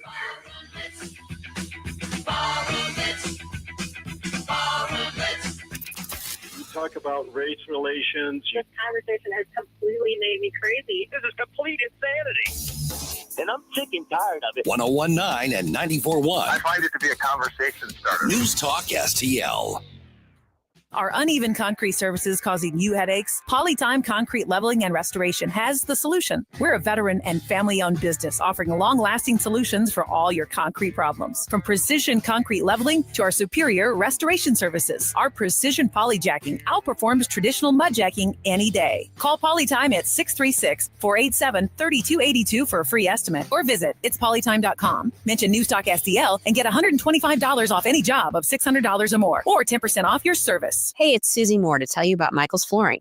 Michael's is known for quality, variety, and an all-around great experience. Installing new flooring should be exciting, not a hassle you dread. Michael's has solved that, and their long list of happy repeat customers is proof. They've been locally owned and operated for more than 30 years. Carpet, hardwood, laminate, luxury vinyl, ceramic tile, it doesn't matter. Michael's Flooring, with 3 locations, St. Peter's, Darting Prairie, and Creve Coeur, or online at igotfloored.com. That's igotfloored.com. Hey, Columbo here for Rockwood Charcoal. Rockwood is made from 100% pure Missouri oak and hickory, so you're cooking with the best and supporting local industry and a local business all at once. There's over 100 area Rockwood retailers. Find yours at rockwoodcharcoal.com. Experience the true flavors of Mexico at Dos Primos, O'Fallon's premier Mexican restaurant. From sizzling fajitas to homemade caldo de pollo, every dish is crafted with the freshest ingredients and traditional recipes, all made fresh daily in our kitchen. Cool down with our famous margaritas or your favorite cerveza, while our friendly staff makes you feel like family. Dine in or carry out. Visit DosPrimosMexicanRestaurant.com or find us on North Main in O'Fallon. If you have a phone, you have a radio. Yes, I listen on my phone. Download the all-new News Talk STL app. Love the all-new News Talk STL app. It is awesome. And listen anytime. Love the News Talk STL app. Anywhere. Well, if you're anywhere here in the heartland, you've noticed that spring has definitely sprung. The trees are leafing out and the flowers are budding and things are springing up out of the ground. Is your irrigation system up to snuff and ready to roll? If you're now thinking, I'm not so sure, then I've got the one-stop shop for you. Hydrodynamics Core. Hydrodynamicscore.com. This time of year, you should be doing two very important things to your system.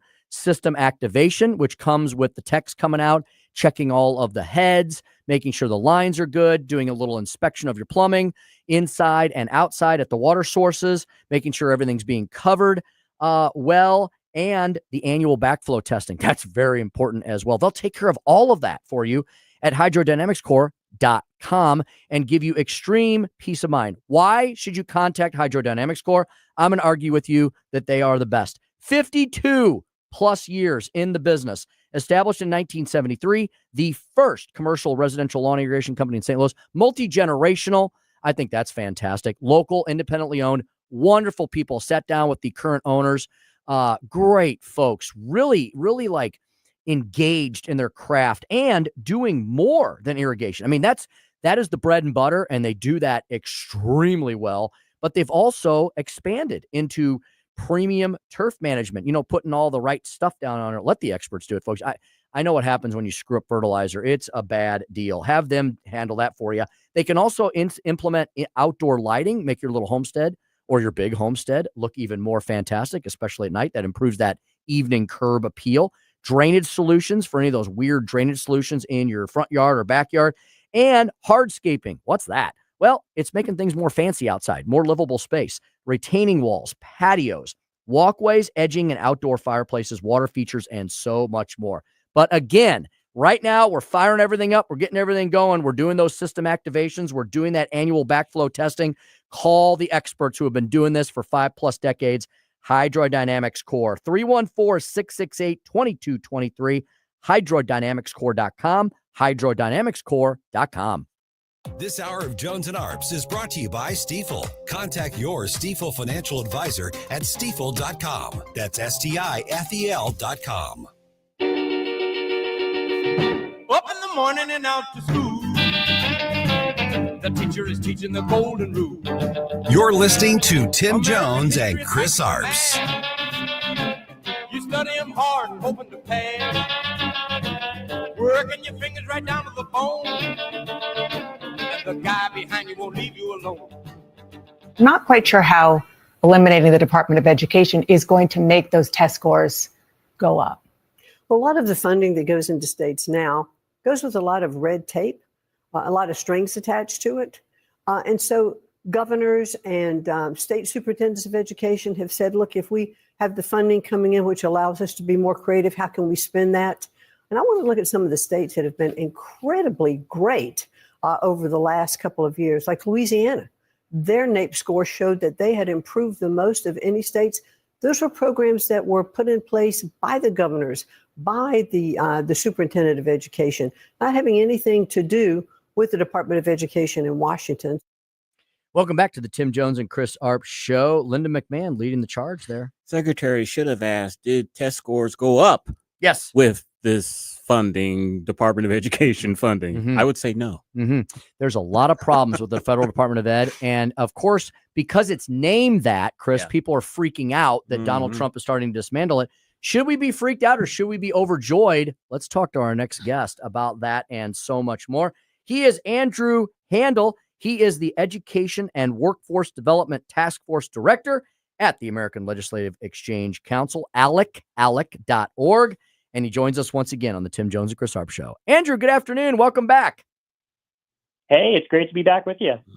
So, Andrew, for maybe the folks who are big defenders of big, giant public education and think it can do no wrong, who are freaking out about the federal Department of Ed, the curtailing of it, the dismantling of it, the defunding of it, whatever Donald Trump and Linda McMahon are going to finally do with it.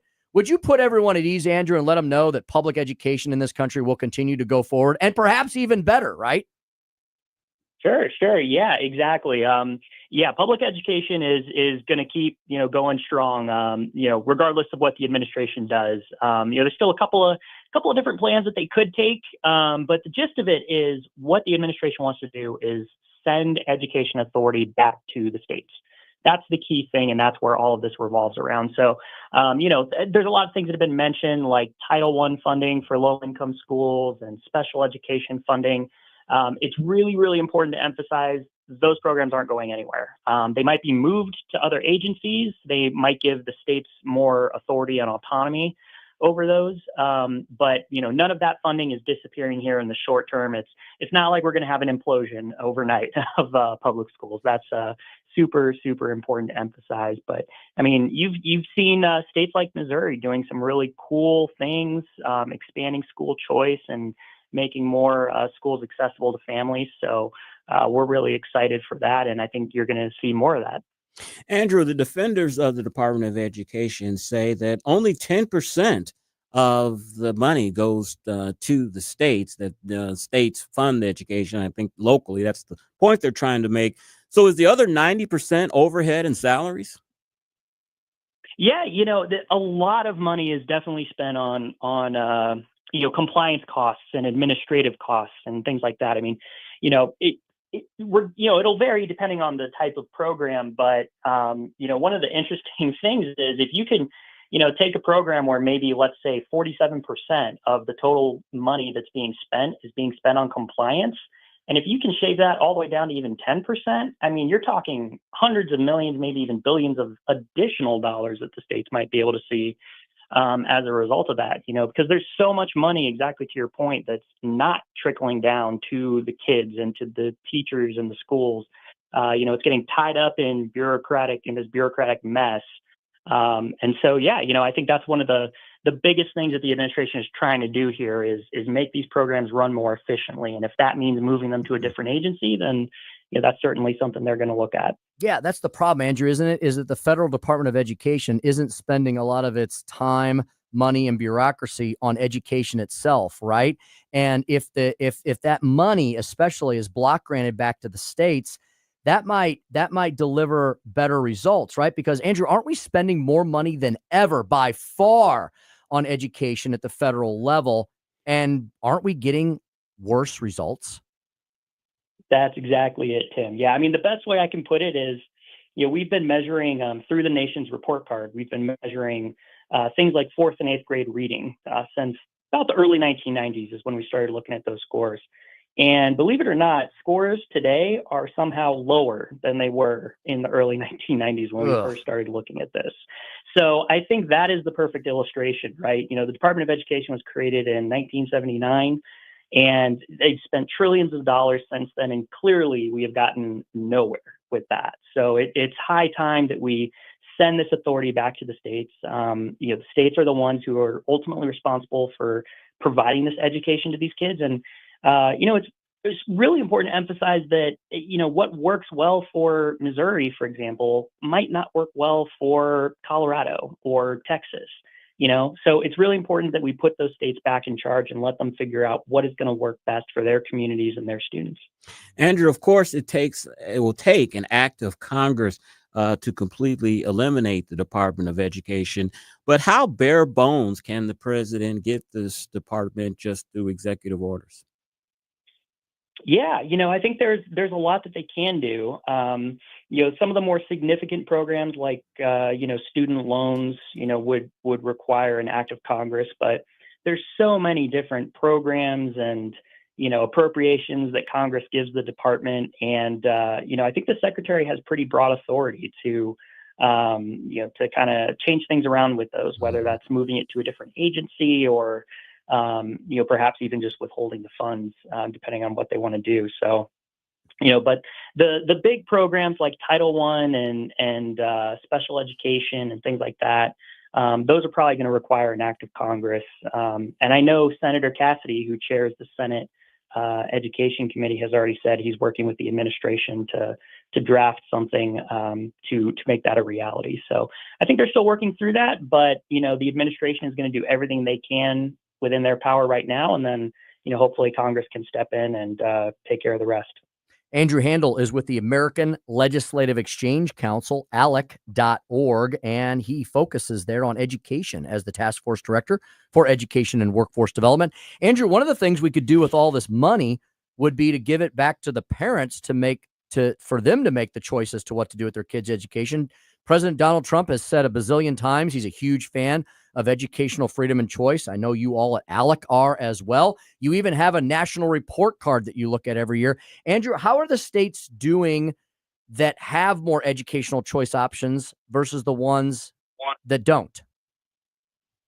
Yeah, definitely the states that have more educational options are definitely doing better. As you mentioned, we just released our brand new 2025 Index of State Education Freedom, which looks at a couple of different categories. We look at, charter schools, homeschooling, virtual schooling, as well as what funding programs the state might have in place. So, are dollars truly following students, or are they tied up in a, public school bureaucracy? And, Florida ranked #1 in our report once again this year. We were excited to see Governor DeSantis gave it a shout out in his State of the State. But definitely the states that are leaning on parents and recognizing that they are the ones best positioned to pick the best school for their kids.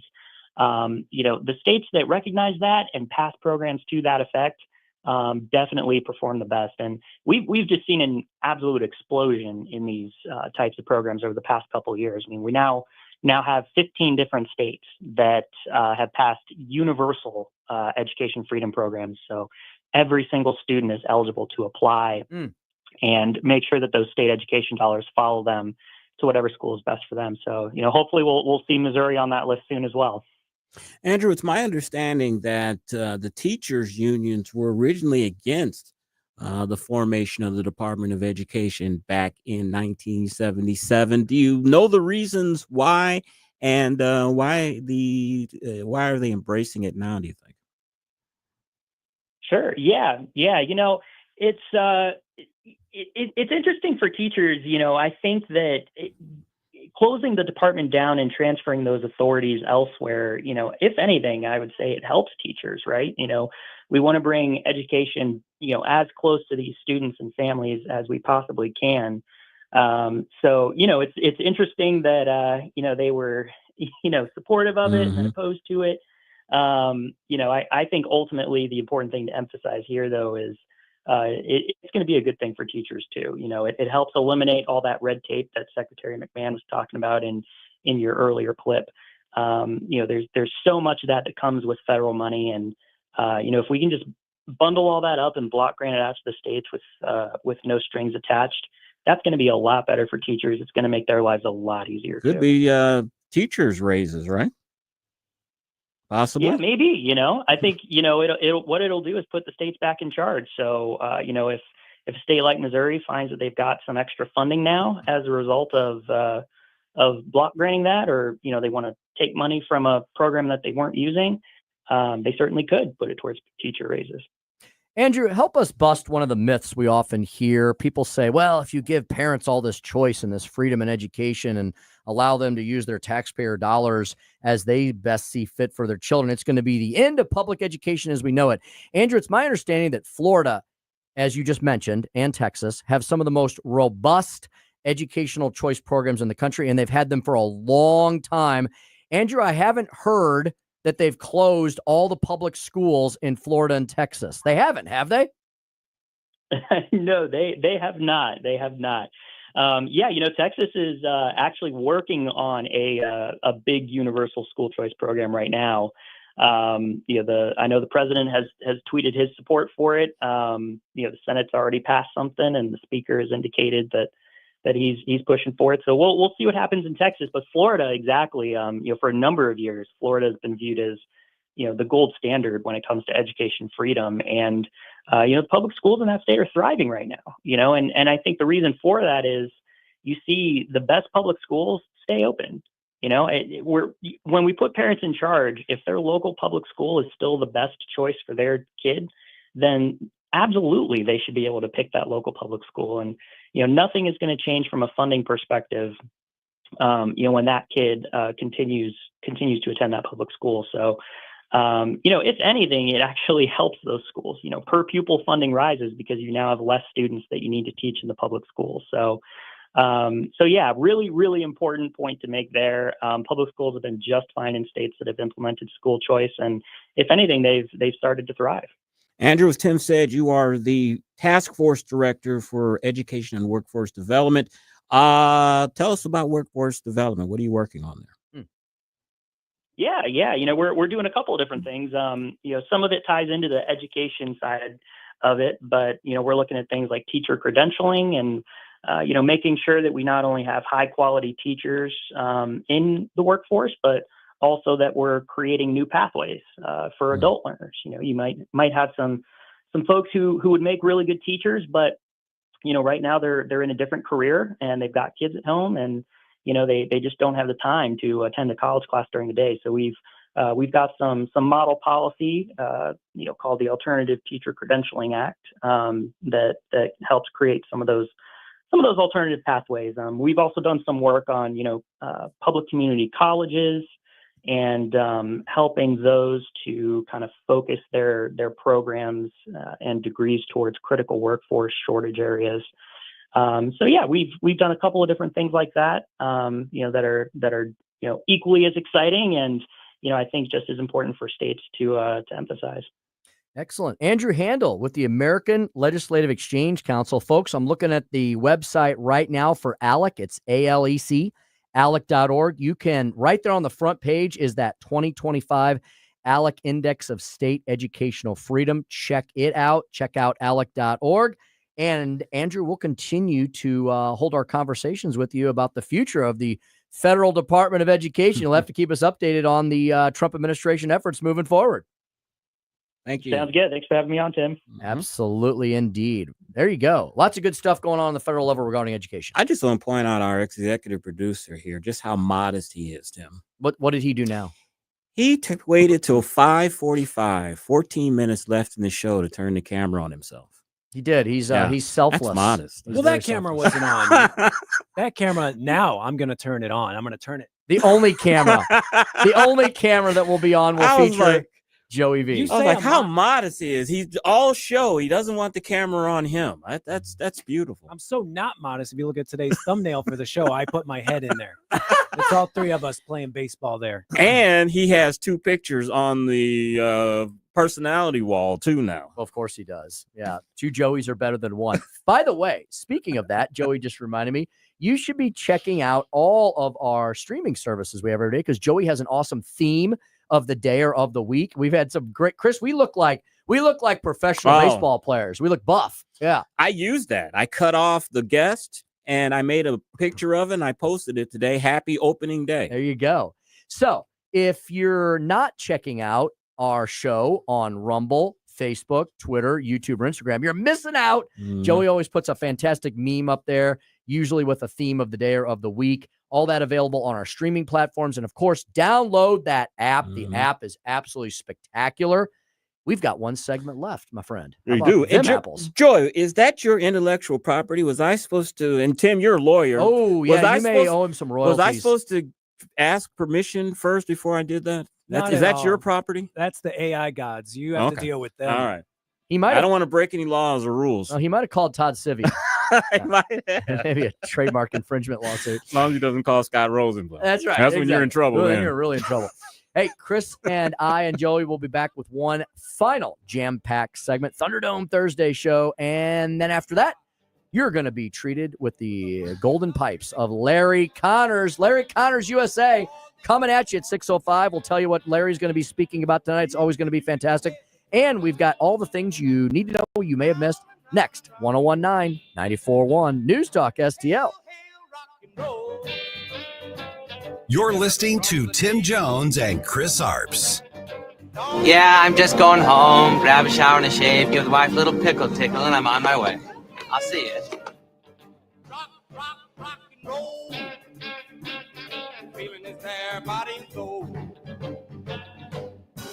From the Michaels Flooring Outlet Weather Center. I'm First Alert meteorologist Kristen Cornett with your forecast. Mostly cloudy tonight, a 30% chance for a scattered shower or thunderstorm. We'll drop to 59 degrees. Friday will be mostly sunny, breezy, and considerably warmer with a high of 83. Winds will gust out of the southwest up to 30 to 35 miles per hour. Mostly cloudy Friday night. We'll drop to 62. And for Saturday, it looks like a wet day. Mostly cloudy skies. Showers are likely, perhaps a few rumbles of thunder with a high of 75. That's your First Alert forecast. I'm meteorologist Kristen Cornett. Mike Ferguson in the morning. Missouri lawmakers are doubling down, maybe tripling down on protecting your Second Amendment rights. I'm going to explain on Friday's show. Morning starting at 5:30 on News Talk STL. Hi, Kirk Hilsinger here, and I'm the new chairman of the St. Louis Republican Central Committee. I invite you to our meetings that take place the first Thursday of every month at 3710 Hampton Avenue. You can stay connected with us to learn more about how you can get involved, make your voice heard, and contribute to our shared goals. Together, we can make a difference in the city of St. Louis and the state of Missouri. For more info, visit our new website at stl-gop.com. That's stl-gop.com. Paid for by St. Louis City Republican PAC. Curtis Farber, Treasurer. This is Tony Colombo, and my favorite Capriati sandwich is the cheesesteak made with American Wagyu beef from Snake River Farms, and you have to include a side of their amazing fries. I love Capriati's, and you will too. Open 9 to 9 daily on Manchester at McKnight in Rock Hill. Whether you're a saltwater fish fanatic, reptile enthusiast, or looking for small animal supplies, Lynn's Pets has it all. From feeder insects to exotic birds, we got you covered. The Kevin of RC are passionate experts who don't just sell pets, they educate and care. One same-day delivery and personalized service, we live for it. Big chain stores, forget about it. At Lynn's Pets, we save you money and provide top-notch service. Lynn's Pets in the heart of Lynn'sville. Call 636-327-7700 or find us on Facebook. This is the story of the one. He's responsible for keeping a leading healthcare facility clean and safe. And he trusts Grainger's high-quality HVAC cleaning and safety products, combined with their world-class supply chain, to consistently deliver, ensuring he's covered inside and out, so he can focus on keeping his facility clean to help protect the health of everyone inside. Call 1-800-GRAINGER, click Grainger.com, or just stop by. Grainger, for the ones who get it done. During tax season, your personal info travels to a lot of places you can't control. Between payroll, your home office, your tax preparer, and the IRS, if your W-2 gets exposed, that's just the ticket for identity thieves. That's why LifeLock monitors hundreds of millions of data points every second. If your identity's stolen, they'll fix it guaranteed or your money back. Don't let identity thieves take you for a ride. Save up to 40% your first year with promo code CLAY. Visit LifeLock.com. Terms apply.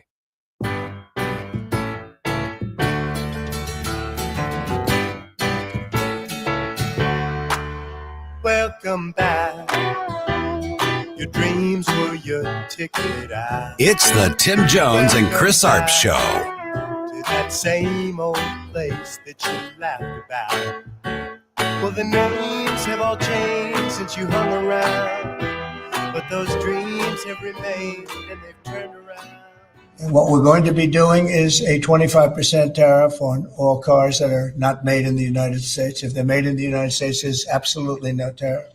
We start off with a 2.5% base, which is what we were at, and we go to 25%. And basically, as you know, and as you've been saying, not reporting as accurately as it should be reported because it's a massive story. Business is coming back to the United States so that they don't have to pay tariffs. And I think also because of November 5th, the election, they're very happy. 550 on Tim Jones and Chris Arps Show. And I think April 1st, another round of tariffs are scheduled to go in effect as well. Tim, did you know there was a security breach yesterday at the White House? Did you hear any of the news or read about it? I did not. Did I did not. What happened? This is what happened, Tim. An unruly toddler slipped through the White House gates yesterday and ran around the North Lawn before being picked up by Secret Service and reunited with his parents. He was about 3 years old. How did that and he happen? squeezed through the gate. Oh, through the gate. He squeezed through the gate and just had a good old time. Mm-hmm. That's funny. Parents were probably freaked out. I know they were. I had a story here. It was on the energy stuff. We'll go over that. This year you've been following the San Francisco Pride parade. Anheuser-Busch, the local. Yeah. I don't really claim them anymore, but they have taken, I think, $30 million is what they would were donating to that thing. Maybe I'm off. Oh, $2.3 million a year. Yeah, but they've been doing it for 30 years. $300,000. $300,000. Yeah, maybe that adds up over to several million. Several million. Is this the St. Louis Pride or the San Francisco? This is well, maybe that's the St. Louis. This is the Frisco Pride. Oh wow, they're taking money from all the Pride taking festivals all of across them the out of country. them. Is what it sounds like. And the ironic thing too is that the thing that, and more than anything, I think Anheuser-Busch has been bleeding money big time since this Busch Light debacle and everything. I don't think the economy's kind of slowing down. When this happened, you kind of watch your expenses and everything. I don't think they just don't want to spend the money on this more than anything. I don't know if they're changing their views. I think they still believe in all this, but I think a bigger part of it is we don't want to spend the money, and we don't want the ire of the right on us as well. We've seen that. The problem is now they've got the LGBT whatever alliance. They got the Rainbow Coalition and the non-Rainbow Coalition. Now everybody's mad at them. They have no friends.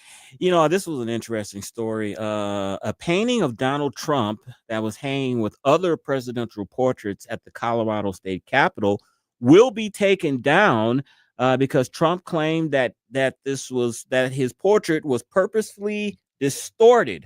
According to a letter obtained by the Associated Press, House Democrats said in a statement the oil painting would be taken down at the request of the Republican leader in the legislature. Colorado Republicans raised more than $10,000 through a GoFundMe account to commission the oil painting. I've seen it, Tim. He looks fat.